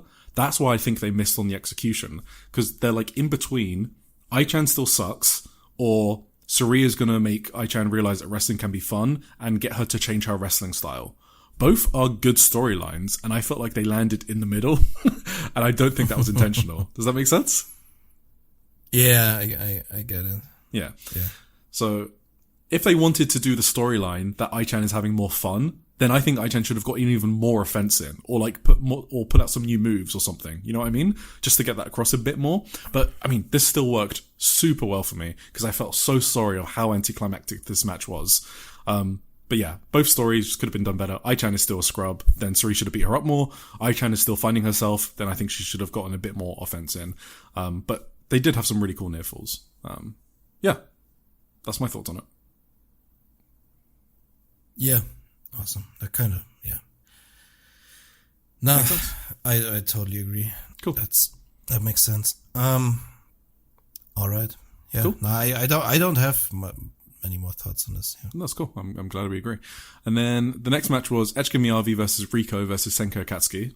Do you want to take this one? Because I think you have the... Or do you not have I had a... Yeah, I thought you had an interesting note on this, no? Didn't you mention something? You wanted to talk about something? I mean, there's a bunch of things to yeah, go for it then. I mean, first of all, there was obviously a clip that went kind of like viral in the, let's say, like in Joshi wrestling circles maybe. Yep. Which was a like Echika and Senka lifting Rico up, and dropping her, which was a bit mistimed, which means Echika... Wait. No. Senka pushed her legs up while Echika just dropped her, which means like Rico essentially scorpioned on the mat, which looked horrific. Sorry, what? Is that a it did look like a scorpion. I think that's what you call it. I think that's Oh, like, okay. That was I've heard that on wrestling podcasts before. No, she literally looked like, yeah, because she fell face first, but her legs were like bent around almost over her head. It was fucking brutal. Yeah. This obviously sparked a lot of like people throwing allegations at wrestlers who was at fault, who did the wrong thing. I never liked that. I never like when like people are just fucking blaming wrestlers flat out for what happened, because like there are a lot of factors to this, right? I think the main factor is obviously miscommunication, mistiming. Echika either let her go too early. The miscommunication was Senka was pushing her up. Echika did not. Echika just dropped her. But those are things that are like both viable options to do, right? I think the way Rico propped herself up on Echika's shoulders kind of made it impossible for Echika to really throw her up unless Rico pushed herself off at the same time, which also didn't happen. So it was just a badly mistimed spot, and I really just don't like throwing blame at Echika here or at Senka either. I kind of like just think it was a botch and it just shit happens. It was a shit happens thing, not a fucking anyone in particular fucked more up than anyone else because they're too green to be in a wrestling ring or whatever. I just don't like these. Yeah, when people talk about wrestlers like that, you know, that kind of grinds my gears. That's one of your pet peeves. Yeah. Same. I mean, for me, I just assumed it was a miscommunication because I haven't seen them do that spot, so I don't know if they always do the push up or not. So I think they just didn't communicate about what they wanted to do, to be honest. Yeah, exactly. Senka had another plan in her mind than Echika had, and they also had a different timing in mind as to when that plan should come to fruition. So it was just all around a mess, but like, I don't blame anyone in particular for being at fault here. Rico, she looks okay. Luckily, was okay. She did like, she kicked out of the pin after and rolled to the outside. I think she got checked on. Like, she rolled to the outside specifically to get checked on, but she entered the ring again later. And then, I think there was another thing we should talk about here, and that is Senka pinning Rico. Yeah, so she pinned Maria on the 17th of January in Osaka. Right, yeah. And the reason people don't know about that, because I think it's not on Cage Match. So that's the problem. I think I watched that though. Yeah, you might have. Yeah, maybe we definitely spoke about it. Cause I do remember her pinning. Yeah, because we spoke about like how they were like testing Senka in main events, and she was like doing some really cool spots, like her frog splash was getting interrupted and stuff like that. Yes. Yeah, we also talked about how that's probably setting up a Senka tag match for exactly. Show in May. The thing with Marvelous House shows is sometimes they're just literally not on the radar. But yeah, Senka has pinned one of Magenta before, and this was her getting the pin on the second person. And if that's not building to a title match, I don't know what is. I always thought, literally since before Magenta won it, that they should build towards Magenta versus the Raira Crush Girls, so Senka and Sora at Yokohama Buntai. That's why I was astonished that they gave the match away on the 12th of January when you were there live. I was like, what? They're doing that in the main event and they didn't even do much with it? Because that to me is a Yokohama match. Like these are the people that turned Magenta heel. Like it just and you don't want to push Senka to the moon. Like she's not going to get the AAAW title. She's already challenged for it. So just give her a tag title. It kind of makes all the sense in the world to me. So I think they're building to it again. I just don't know if Sora is that partner that they... No, it's not, but who else is Senka gonna... I mean, maybe. Yeah, maybe Senka gets some. I don't know who else. I don't have an answer for that, but I don't know. Like, Sora is so far behind in my opinion, I know that, yeah. It's just to have a partner, really. It's the Senka team, but... yeah. Sora's just tagging along. Cool. Basically, yeah. Alright, and then in the... okay, the main event, I guess, is... I mean, the post-match was kind of funny, like, Rico just was... She wouldn't leave the ring. I think she disassociated with the world, and, like, Chigusa Nagayo had to carry her out on her bad knees, Yeah, she was throwing a tantrum because she lost. She was throwing a complete tantrum. I like Rico. Yeah, Riko's awesome. The main event was Chikayo Nagashima, Mika Iwata, and Tomoko Watanabe. I assume you don't want to talk about Maria and Sorayama singles match. I've got nothing on that. Nah, I mean, there was a rubber chicken. There was a rubber chicken involved. Yeah. Cool. Chikayo Nagashima, Mika Iwata, and Tomoko Watanabe versus Miyo Momono, Rin, and Takumi Iroha.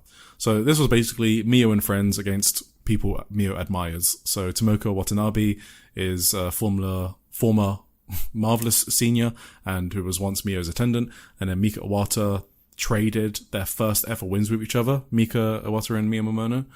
And Chikayo Nagashima is obviously who Miyo fought a war over the AAAW singles title. I thought this was your classic Joshi Produce show main event, to be honest, like chaotic, lots of spots, non-stop. Miyo and Mika were awesome together, as you'd expect.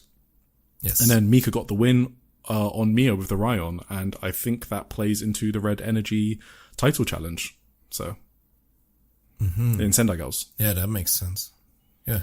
And then they set up Miyo Momono versus Rin on the 30th of March at Shinjuku Face, which is Senku's 20th birthday show. Because she's more important than Sora, she gets a Shinjuku Face birthday show, and Sorayama gets it at Shinkiba. So that's kind of funny. Yeah. Yeah, this was typical, like, anniversary people. Yeah, no, 25 minutes. Literally, if you've watched any produce show main event, multi-person tag, this was it. Which was good. It was good. The birthday boys are always getting beat up on those anniversary shows. So yeah, exactly. Miyo was just getting beaten for 25 minutes. She looked like she was absolutely done after this match, which is fair.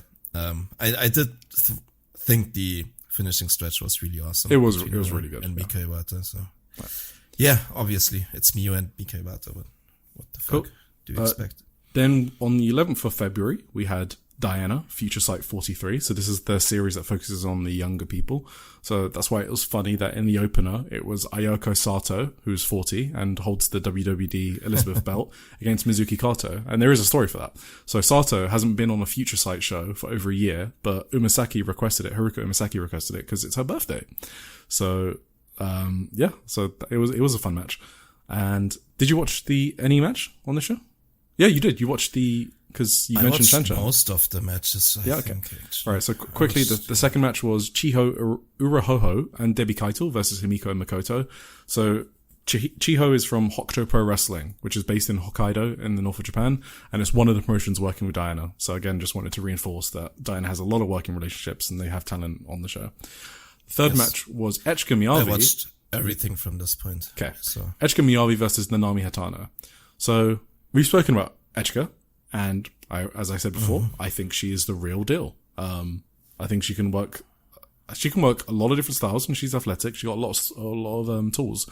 Unfortunately, she was against Diana's 1B ace in Nanami, if you consider Umasaki the 1A, and Debbie's like the top invading heel. So she couldn't take the win, but I think she left a good impression. What do you think? Yes, I like this a lot.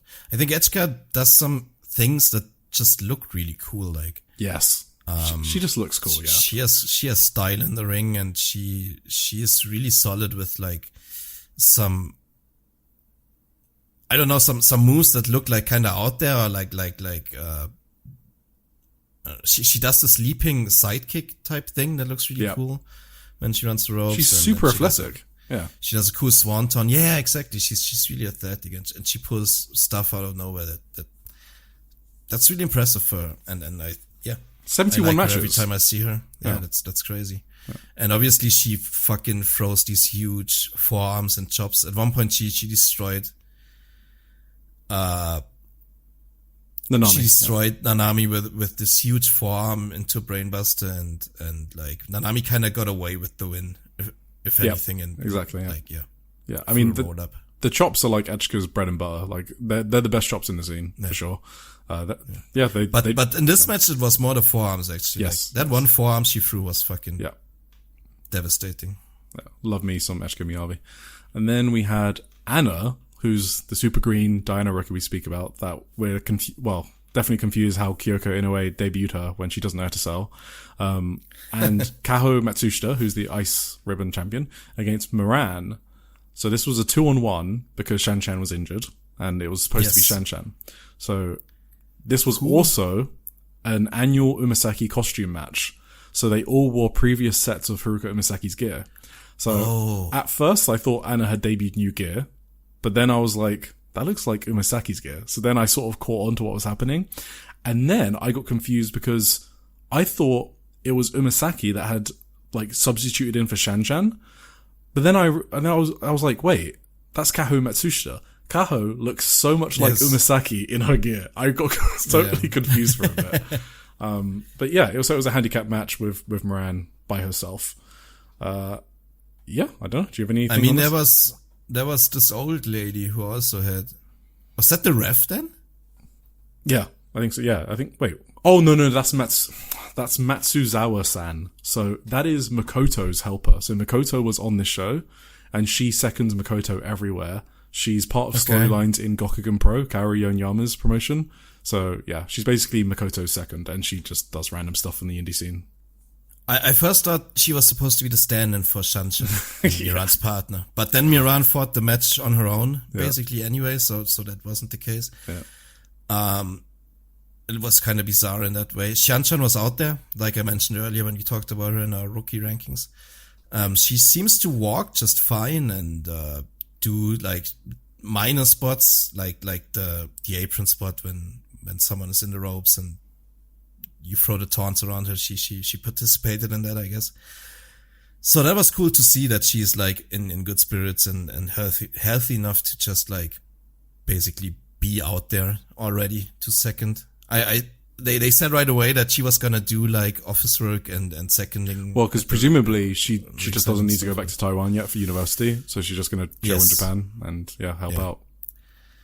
And that was cool. Obviously, I really popped for the finish, which was cool. Miran winning the 2v1. Hell yeah. Handicap match, which is crazy that they put a lot in of confidence in her, I think. I thought the same for Shanchan. I thought I think it's a sign of how much they think of someone like Shanchan if they already just if they insist to have her out there for the audience to like I think they know what they have with her and they know that the audience likes her, so they already send her out there with a torn MCL just to give the audience something, I guess. Yeah. So the easiest way to know what they think of Miranda Shanchan is look at whose unit they put her in. They put her in a unit with Haruka Umasaki, right? Who's the ace of the company. So they put her in like the main unit. So her and Moran. So yeah, they think highly of both of them. That's awesome. Yeah. And then the main event. Yeah, I was just gonna explain. Kaho kicked Anna accidentally, and Miran rolled. Oh yeah, Anna up, and that was kind of. It's noteworthy.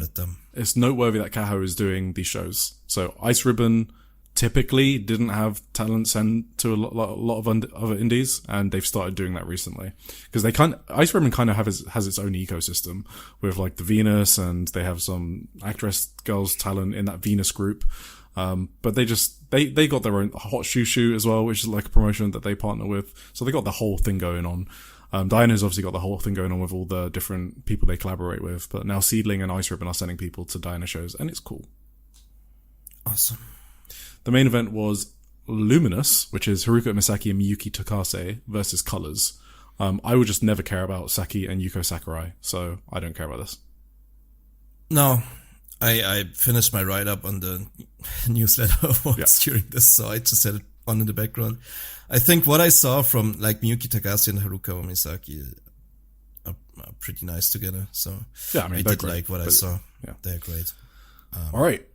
Then on the 8th of February, we had a Korakuen Hall at Waves Korakuen Hall. Oh, fuck. I just looked at my notes. I was going to do this whole thing about the attendance, and I don't know if I can be bothered. You know what? Just read about it in the newsletter. How about that? I'll put it in the newsletter. My whole point is basically people are focusing on the wave thing, the wave attendance. So they did 275, which is like lower than COVID attendances in the building, to be honest. It is not the lowest because Ice Ribbon did 263 last year on the 29th of March, but it's the second lowest. And when Saya Kamitani was there, this is the short version. When Saya Kamitani was there, they were doing like 600 to 700. Then she dropped the title, so then they dropped to 400. So then there's this, there's people talking about, okay, so Saya Kamitani's drawing power. Suri was on this show, so then there's discussion about Suri's drawing power. No one's talking about the product itself, and that kind of gets me a bit upset, because I think people should discuss the product. I feel like we're the only people that talk about the Wave product, to be honest. I don't know if anyone else talks about it. So I think it's fine to talk about the attendance if you also do the legwork to review the promotion's product and analyze why those trends might be happening. Yes, Saya Kamitani's a draw, but this promotion has like no homegrown talent or star power.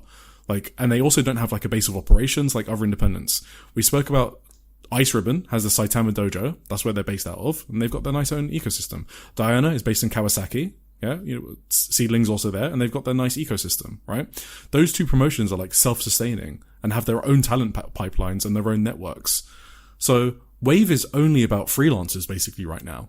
And if you're a promotion that is basically just for freelancers, and the freelancers you bring in are people like Saki and Yuko Sakurai, how are you going to draw anything?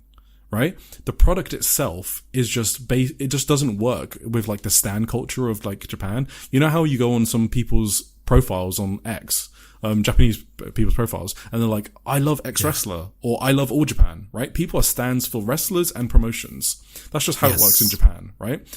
Freelancers are almost never mentioned in those profiles in my experience. It's much more rare. So it's harder to justify yourself becoming a Wave superfan. What are you becoming a superfan of? Like, you can see those freelancers everywhere. You can see, like, the way you can see it is, who are the freelancers that show up on Wave? Suri was on this show for the first time since 2021. She barely works Wave. Veni worked one Wave date in 2025. Mirai hasn't appeared in Wave yet, even though she's done almost everywhere else in the independent scene. Hiroyu Matsumoto last worked a Wave show in 2024. Like, the most premium freelancer they have is Itsuki Aoki, right? Who's their current champion. But it's just, like, why would you become a fan of Wave? Why would a Japanese fan become a fan of Wave? They have Honoka, they have Kahaku, and they have Saran. I almost forgot Saran. But they're not at the stage where you're going to be super fans of those three wrestlers. Like, Honoka is going to she's excellent, but she's not a talent that people will pay to see. She could be, but she's still early in her journey. Saran hasn't developed enough. Kahaku, no one's paying to see Kahaku, even though I think she's excellent. So I think that's the problem with Wave. The product it isn't gearing itself up to have people come to the shows. And yes, Saya Kamitani is a draw, but also Wave just has a fundamental problem with its product, I think.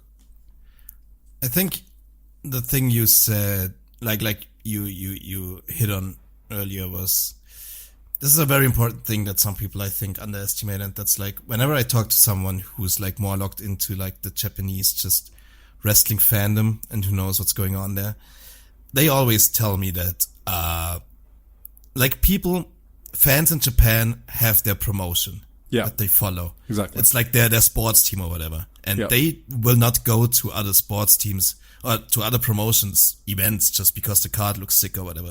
They don't consume wrestling like we do, where we watch like 10 different promotions every week. They have their home promotion that they stick with.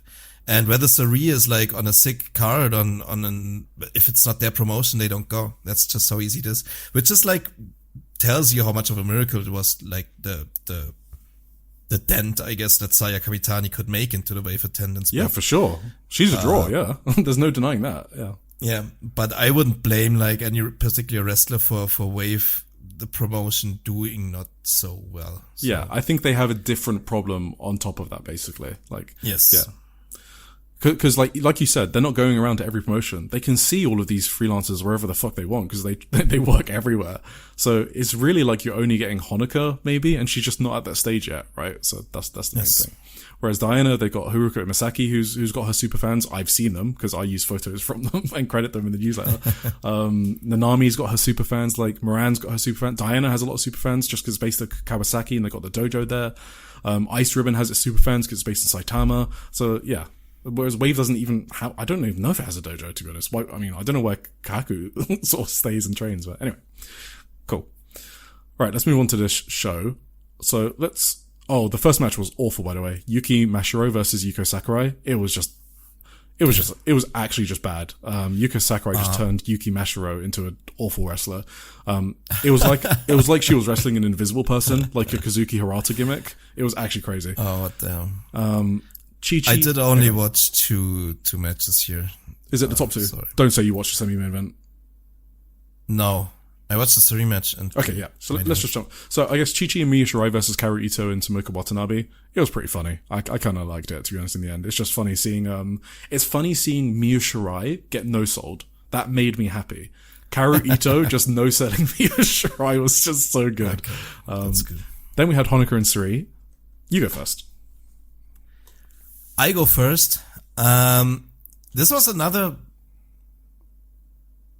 Suri match that was like rather like the more pedestrian style of Suri match. This was level 1 Suri.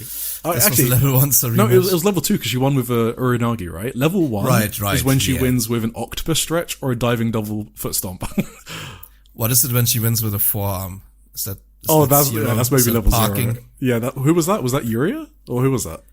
I think so. Yeah, it was one. It was a Stardom rookie. Yeah. That's level 0. Level 1 is octopus stretch, diving double foot stomp. Level 2 is a single Uranagi, no wrist clutch. Yes, exactly. Honoka did look good. She did have a very impressive dropkick at one point. For sure, yeah. Up to Suri was seated on the top turnbuckle and Honoka actually got enough air to like drop kick her in the head almost. Like that's impressive. Honoka's great, yeah. But other than that, it was like pretty, like Suri did give her a couple of nice near falls towards the end, like with several like roll up attempts from Honoka, which was cool. But in the end, it was still a pretty decisive finish with the single Uranagi, as you said. So, we spoke about toxic positivity, right? Well, you think Suri's the best wrestler in the world, right? I'm pretty sure you do. Well, I said earlier for 2026 so far, it's Miyu Watanabe, right? Yeah, okay. But, yeah, I mean, that's fair enough, yeah. Overall, unspecific for a year. Yeah, just mean in general. Maybe I would say Suri, yeah. Yeah, okay. So I think she's the best wrestler in the world by far, right now. But that doesn't mean she doesn't phone it in on undercards. She absolutely fucking does. If she's on the undercard in front of 275 people, brother, she's not giving you anything. I don't think it's a problem. I just kind of like switch off, I just like don't pay much attention to these matches. It's okay. I mean, but yeah, I'm not going to overhype a match just because it's got Suri in it. This was just fine. Yep, sure. Then we had Kohaku and Hazuki versus Saki and Yuri. We're back in on Yuna. I'm back in on Yuri. We're back in on Aihuzan. What's happened in 2026, Tim? You're back in on Yuri? Were you ever in Yuri? No.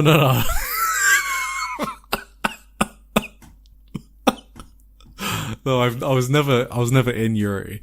I think Suri rehabilitated Yuri's image for me. That Gampro match, I can't believe you still haven't seen it. I know you refused to watch it because it happened when you were in Japan. and you're gonna hand wave it away. Yeah. That match did rehabilitate her image for me. I kind of like, shit, she can go. That one and the Mirai Matsumoto match, you're never gonna see at some point. That's so good. Have to go back. Yeah. This match was very good except when Saki was in it. Yuri and Kohaku were good. The semi-main event, did you see it? You saw this? No, you didn't. Sorry, Honoka. No. Then in the semi-main event, we had Prominence, which is Hiragi Kurumi and Mochi Natsumi versus Saran versus Yumi Oka. Prominence are the new champions. This match is exactly what I meant about freelancers. This match was fucking ridiculous. Okay? Derogatory. It was a 22-minute match where I swear to God, nothing happened. And then Mochi won with a flash pin. I was offended and cheated. There was like maybe one or two cool moves, like Mochi did an Avalanche Styles Clash. Saran's diving foot stomp off of Oka's shoulders is quite cool. I like that spot. Everything else, just stop it.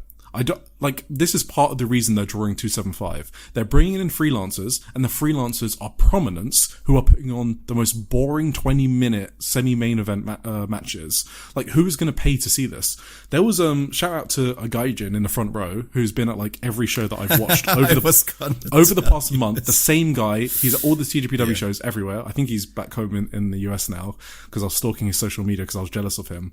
He was bored out of his fucking mind during this match, and I don't blame him. Okay.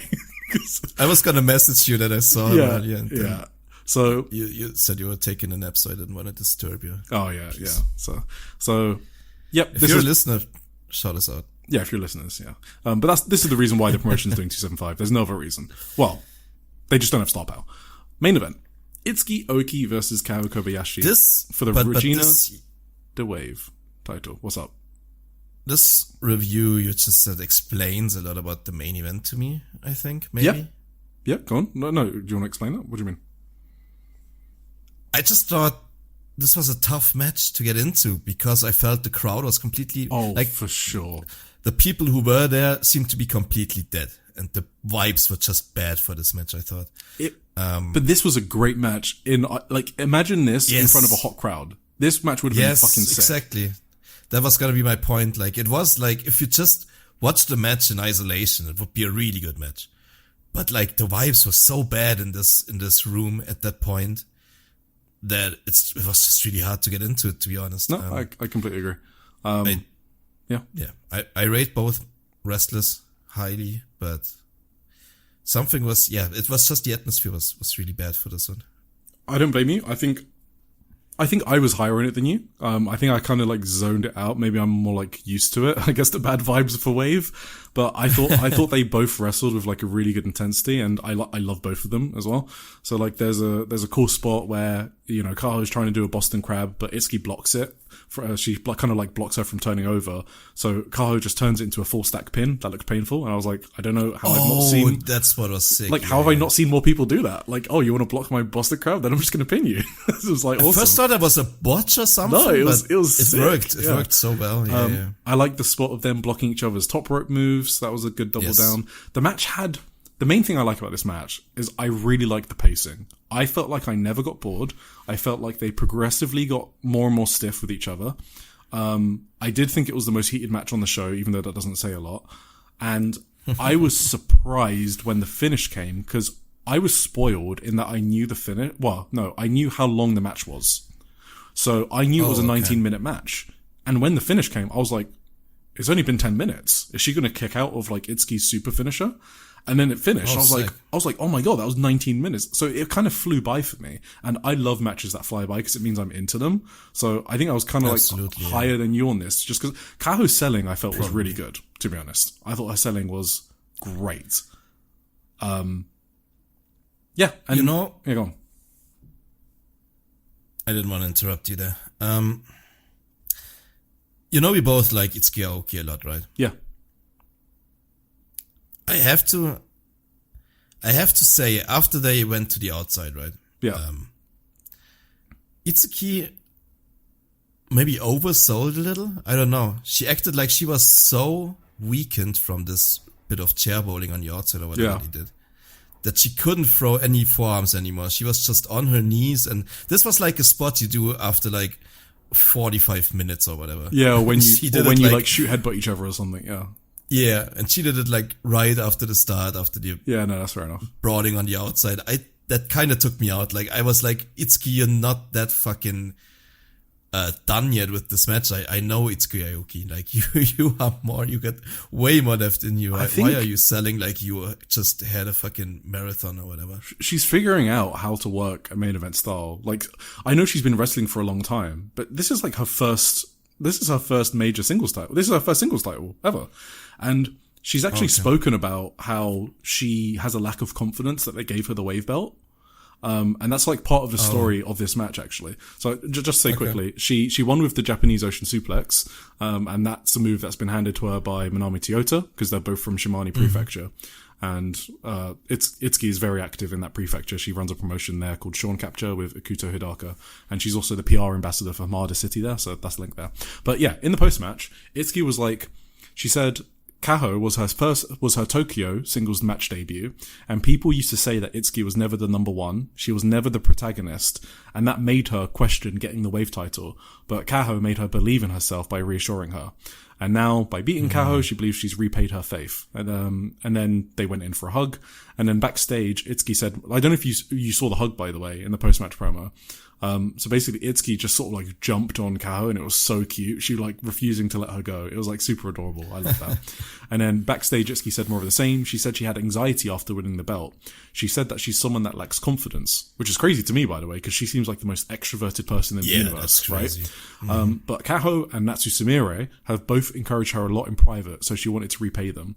So she's definitely going to defend against Natsu at some point, because so her promos kind of made it sound to me like Natsu was supposed to win the number one contenders, but then she got shoot injured in that match against Kaho.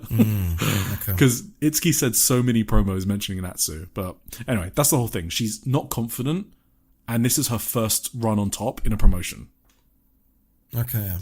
So maybe that's why she's still figuring out the selling and what to do in like a 20-minute match and stuff like that. She sold a bit too much. Yeah, no, that's fair enough. Yes. Cool. Not in general, like, but like for her specifically and for how I'm used to her matches, she sold a bit too. That was just kind of unusual. I thought, like her selling here. Yeah. No, that's fair enough. So I just really like this match for its pacing. I thought it worked with me a lot. I would recommend this match. Like when I write my review on it, it'll be one of my recommended matches. So yeah, cool. Actress girls. So I have way more notes than I actually going to talk about because it was just me getting excited about actress girls thing, but it's okay. Yeah, I guess that there was a fun match where like, so Ayano, Iriva and Maru, sorry, this was on the 8th of February, step 69. So it was Ayano and Maru versus Kana Yufuku and Marina Sahara. Everyone knows I'm Kana Yufuku's number one fan. I recently bought front row tickets to the 30th of April Korakuen Hall show, and I named her to give her some points, you know, to bump up her points a bit. Because apparently you can do that. You can name a wrestler and then they get added points, and maybe she'll win a title with those points. But she is obviously still green in a few areas. She always does this weird looking submission that looks so clunky when she tries to get it in, like after her forearms. So I'm all in on her selling and her ridiculous forearms, but yeah, she's still working. She still needs to grow. And then there was... We spoke about Yukino already, so I'm not going to do that. I guess one thing is, it was pointed out to me, if you're listening to this, you probably know who it is, that the improvement in Yukino Uehara took place when she started getting booked in GLEAT. And that timeline actually matches up. So that's one thing GLEAT has been useful for, to improve the Actress Girls roster. So there you go. That's an interesting tidbit. Damn. Then, in the main event, which is the main note, Natsuki versus Riko Fukunaga for the Actress Girls title. So normally I recommend like all title matches to you, Tim, in like Actress Girls. This one was just disappointing to me. It was when I realized that, yeah, Riko doesn't have another gear. She can't step it up. That's when I realized this in this match. This is a main event with Natsuki, one of the best workers in the promotion. She's retiring in a few months. And it was just a weird match and they just didn't have chemistry. Riko's just not going to be ever like a top wrestler. I think that's mainly the point. I also don't have like investment in her character emotionally either. So there we go. Riko retained the title. And there we go. That's it. Cool. Finally, 0-1. And if you're listening to this and you're like, wait, am I listening to Voices of Wrestling? No, you are listening to Joshi'ing Around. And that's because 0-1 are launching a new Joshi division named Rose. And the official launch of the division is expected at some time in April, but they're doing 2 pre-launch shows, the 1st of March and the 20th of March. And the GM is going to be Megumi Kudo, who is one of the best Joshi wrestlers ever, who had been working with 0-1 already. And the first members of the division are Konomi Hori, who is a rookie, another Joshi trainee, who was announced on the 10th November show, who's named Mariko Nanase. And the third member is Yuki Mashiro. So she is officially signed with 0-1. She worked a bunch of 0-1 dates. But she's now going to be part of that division. She's going to wrestle twice on the first show. So they're really probably setting up Mashiro to be the ace of the division, I'm guessing. And I also expect Veni to have regular appearances on all the Rose shows because she was working with 0-1 before that already. So that first show looks interesting though. Oh, yeah, I should have. Oh, yeah, I have the card somewhere. I don't remember anything specific. I just know I saw it and thought it looked really cool. Right. Okay. So it's Mei Suruga and Ryoko Sakumura. So if you don't know who she is the one person that comes to mind when I think who is in the bad tier of rookie tier list, in the Joshi'ing Around rookie tier list. She's making a comeback. She's got a date in 01. She's got a date in Pure J on the 23rd of February. Wait, is she the Marigold one? She's the Marigold one. That was the worst wrestler. She's coming back? Oh my God. If you remember, Natsumi Shizuki tried to beat the shit out of her to try and get her to do something, and then she left the company a few days later. Ryoko Sakamura. That's her. So she's making a comeback. In Pure J and 01. Yeah. So, Mei Suruga and Ryoko Sakamura versus Miku Kanai and Yuki Mashiro. They've got Kakeru Sakaguchi versus Yuki Mashiro. Koko versus Kao Kobayashi. Now that's going to be fun. That's the one. That's going to be some lucha shit for sure. And Chanyota and Echika Miyavi versus Makoto and Veni. I mean, that's a banger. Yeah. That's a banger for sure. Yeah, so that's what I'm talking about. We should watch this. Oh, we're gonna cover 01 Joshi division for sure. So that's on the 1st of March.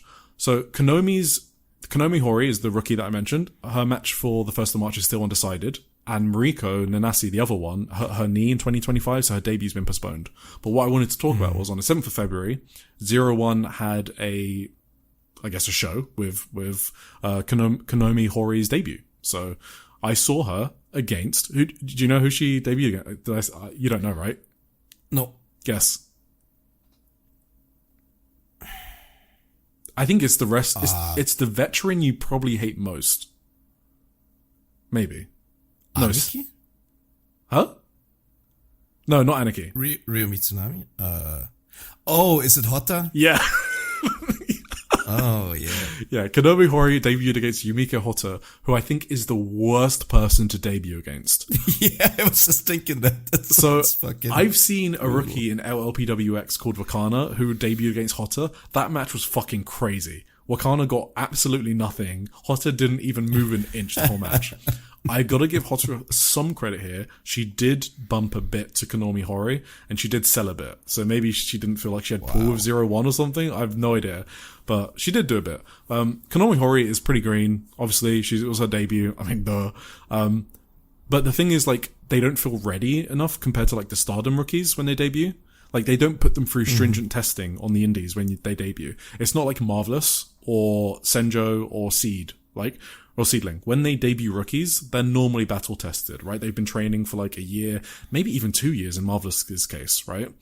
That's not the case here. She was obviously like, like fresh out of the dojo. So it is what it is. But let's see what happens. Have you heard of Uptown Wrestling? Of Uptown? Yeah, Uptown. Yes. Yeah, so it's Kurashio, Tokyo, Japan's promotion, Jiro, Ikemen, whatever you want to call him. Mm-hmm. They debuted 2 Joshi wrestlers who are on ice ribbon cards right now. They are fucking so green. It's insane. It's like they just picked people off the street, and, you know, that's no offense to them. They'll get better, but it's kind of crazy. Like, people can just debut anyone, and let's see if they get better, but it is kind of crazy how they look compared to Stardom rookies. You know, so... So, Konomi Hori is very interesting because I say all that, and then at one point, she landed a fucking massive forearm on Yumiko Hotta, okay? Damn. It was like a big-ass thud, okay? Nice. That was like the only good thing she did, but I liked that a lot. She had good energy, the crowd liked her, she was loud, she was not afraid to shout, that's good. But there you go, 01 has a new rookie. There was one other match I want to talk about quickly, and then we're done. Miku Kanai versus Yuki Mashiro. This was like night and day from the Mashiro match on the Wave Show, where she was against Yuko Sakurai. Like, this was a good match. Miku can fucking wrestle. Sounds good. Yeah, like, we know Miku can wrestle. They did like a lot of high speed stuff here. Mashiro, I think, is matchup dependent. I don't think she can like wrestle a broomstick. Like I said, she tried on the Wave Show, but here she was like great with Miku. She won. Miku won? Yeah, against Yuki Mashiro in 01. Nice. So I don't know if that's going to lead to like a future title shot. Like if the Rose division establishes a new belt, and then maybe Mashiro wins it, and then Miku Kanai comes back for a title shot. I don't know, but that was interesting to me. Sounds like a proper Goblin match. Yeah, it was. It was fun. I liked that a lot. The only problem is with 01 right now, the only way to watch that match is on your phone with the app. So that's kind of annoying. Yeah. Damn. Right. We're into the preview zone, and I'm just going to shoot through some. So 15th of February, Sendai Girls had a show. The VOD is out on the 20th, so that's not for a while. The main thing to look out for is Chihiro Hashimoto versus Senka Akatsuki. Let's go. Do you want spoilers? Do we do spoilers here? No. Okay, cool. I mean, you can, but I don't want to hear them. Oh, no, it's fine. We just won't do them. Though. No, let's go. Then let's not do them. So Diana have a big show in Hamamatsu Shizuoka on the 23rd, which is notable because, it's outside the Kawasaki dojo, so those are normally bigger shows. So they have a title defense on there, Debbie Keitel versus Rina Amikura. I like that match. They've also got a PPP Tokyo rookie who called Non Toraga. So I think Chan Yota knows her from the adult industry. I could be spreading misinformation, but I'm pretty sure I read that somewhere. So anyway, don't quote me on that. But she's against Anna, which is interesting. Ice Ribbon have a pay-per-view on the 23rd. The funny thing is, so Omikaze is reviewing their first Ice Ribbon show on the pod, and it's this card. I'm going to have a lot of fun, but I'm so curious to see what a new viewer thinks about this. You've got Hikari Minami versus Riko. So this is Hikari's return match, and it's against 11-year-old. Like, talk about taking the easy route out, right? They've got the Uptown rookie, and she's teaming with Yuka against Kaoru Yonyama and Masahiro. Oh my god. Sounds incredible. Yeah, and then they've got another Uptown rookie teaming up with Karari Wakana against Kaho Matsushita and Moe Hero. It's going to be so funny. And then we've got Tsukina Umino against Kiku. Kiku is not good. She's retiring in March, and she's only doing this match because she's retiring at Korakuen Hall. She's part of Hot Shushu. The fact that that's the semi-main event is hilarious to me. And then the main event is legit good. This is the one you watch this show for. Makoto and Sumiki Yanagawa against Minami Katsu and Misa Kagura for the International Ribbon Tag Team title. Nice. I actually don't know who's going to win that. I'm thinking they retain. So that's Vicky, that's Minami Katsu and Misa Kagura. Just because Makoto and Sumika is kind of like a mash, like they're thrown together. So I think they're retaining, but I don't actually know. The interesting thing here is Sumika and Misa are on the opposite sides, and they're a long-time tag team. So this match has a lot of potential. Right. Wave had a show on the 15th of February. The VOD isn't out yet, but the main event's kind of cool. It's Haruka Umasaki and Honoka versus Magenta. Magenta don't normally work Wave, so I'm just interested in it just for that. I have no idea what's going on there. We also have a King. So in Actress Girls on the 15th, again, the VOD's not out yet. There's a King title match in the main event, which is Nagisa Shiitsuki and Yukina Yuhara. I am hyped for that. So if there's a match from Actress Girls you're going to watch, I'm definitely going to make you watch that one for sure, Tim. And then finally, we have Pure J Itabashi Green Hall on the 23rd of February. We got Kreia versus Mia. That's a new rookie debut. Play the soundboard, Tim. Which, what? Okay. Yep, new good. Rookie. Yep, new rookie soundboard. Thank you. Yeah. Yep, good soundboard. Yep. And then we've got Leon versus Ryoko Sakamura in the semi-main event. What the fuck? Oh, the fucking Marigold rookie is back, and she's in the semi-main event of a Pure J like, it's crazy. The main event is called the Kobayashis, which is Hanako Nakamori, the Pure J ace, and Kaho Kobayashi versus Chi Ozora and Misa Kagura. So I'm looking forward to that. Match of the week. Sounds good, actually. Match of the week. Match of the week. Well, I did actually watch quite a bit of wrestling this week. Yeah, you went hard. When you're just lying in bed and can't do much. I watched Grand Slam Australia. I watched Dynamite. I did want to shout out the Tekla and Statlander match, the strap match. I thought that was very good. I wish they stuck the landing without the fucking Sisters of Mercy or whatever running out there. Yeah. So yeah, I thought without the interference it would have been great. I kind of like saw it coming that at some point they were going to distract the ref and then whatever was going to happen. It didn't even like, I don't know. But I thought they did very well. They beat the shit out of each other with the strap. They had a proper strap match, and that was great. I also liked the Ciampa and Fletcher match a lot. Wait, can you talk about Tekla a bit? Like Tekla, I mean, she just proved a lot of people wrong. Yeah, right. Absolutely. Yeah. She still gets hate. Like, I don't know. I didn't see it directly. I just heard about like what fucking psychos on Twitter like lost their minds about Tekla when she won, like Joshi fans specifically. No, she feels like a world champion in AEW. Who hate her from Stardom or whatever. Yeah, I never hated her in Stardom either. Maybe that's because Nah, I just think she's not. I just think people way overhated her. Like Gaijin. At I say worst, Gaijin she as a was joke. competent. And yeah, I'm so happy for her. Like how well she's doing in AW warms my heart. Anyway, I don't think either AW match did what the Mio Watanabe match did for me personally, but there were a bunch of bangers on these AW shows for sure. Yep. So my winner is the Mio Watanabe match. I mean, you heard me talk about it. Mio Watanabe. We need to push more best in the world cases. I tried to get Jonathan Amakaze. I keep pushing them. Hey, can you talk about Mio Watanabe being? I keep putting it in their ear. And yeah, so that was my match of the week. And then runner up, Mirai versus Toga. Obviously, you heard me talk about that. For Noah, it was Amaxa and Black Mensori versus Aita and Katsumi Inahata. That was a sick match. And then also Mox versus Takeshita was my favorite match on Grand Slam. I thought they did pretty good. But nothing blew me away on Grand Slam, to be honest. But that's kind of because I'm a bit more out on AEW right now than I was in the past. Same, yeah. I'm kind of checked out. I did think the two top Dynamite matches were better than anything on Collision. No, that's fair. Honestly, sure. Yeah. But I need something special in AEW to really like get me going now. So like maybe the last great match I saw in AEW, like excellent match. Okay, Tommaso Ciampa winning was pretty cool. I like that a lot. And then before that, it was Carl Fletcher. Yeah, Carl Fletcher and Speedball. That was like, I was like, okay, that's a sick match. Oh yeah, that was sick. Yeah. That was a while ago though. No? Yeah, like 2 months. Yeah, that's the last match I remember that. I remember thinking, okay, that shit's excellent. Yeah. Yeah. All right. Yeah. Outro. No, that's outro. Hell yeah. I think I had a fucking, what's it called? Relapse? No. Relapse is with drugs, right?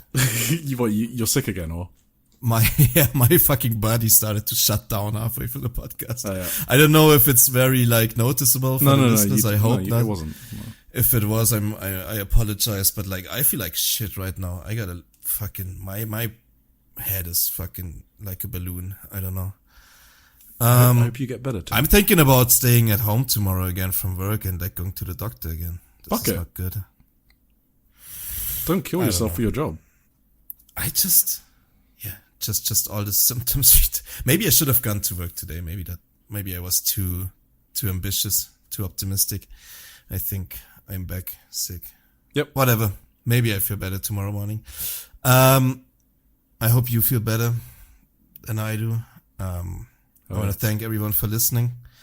I hope Rich forgives me, and hope you are all back next week. Give us a good rating, 5 stars preferably. And we are part of the Social Suplex podcast network, featuring these great podcasts. New episodes including, as well. Yes. New episode of Trish and Sarah today. Go and listen to that. And what I've heard of it was fucking amazing so far. Keeping It Strong Style also dropped today. Yeah, Run Nation Radio. No, I think Keeping It Strong Style dropped it today. They did, yeah. Yes, they dropped it Tuesday. Yeah. One Nation Radio was really good too last week. I don't know. Tunnel Talk was amazing this week. Everything.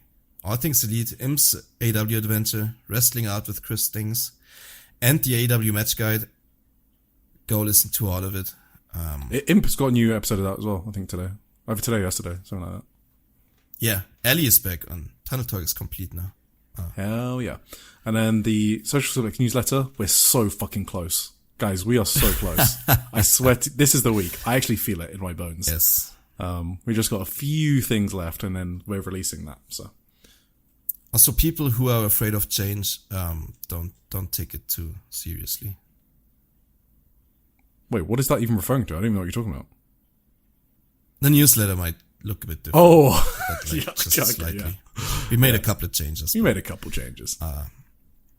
It's fine. It will all be fine. You'll all be safe. Yeah, it's still the old newsletter. It's still the old writers. It's still the old quality. And it's still the best coverage in wrestling media. So check it out whenever it's out.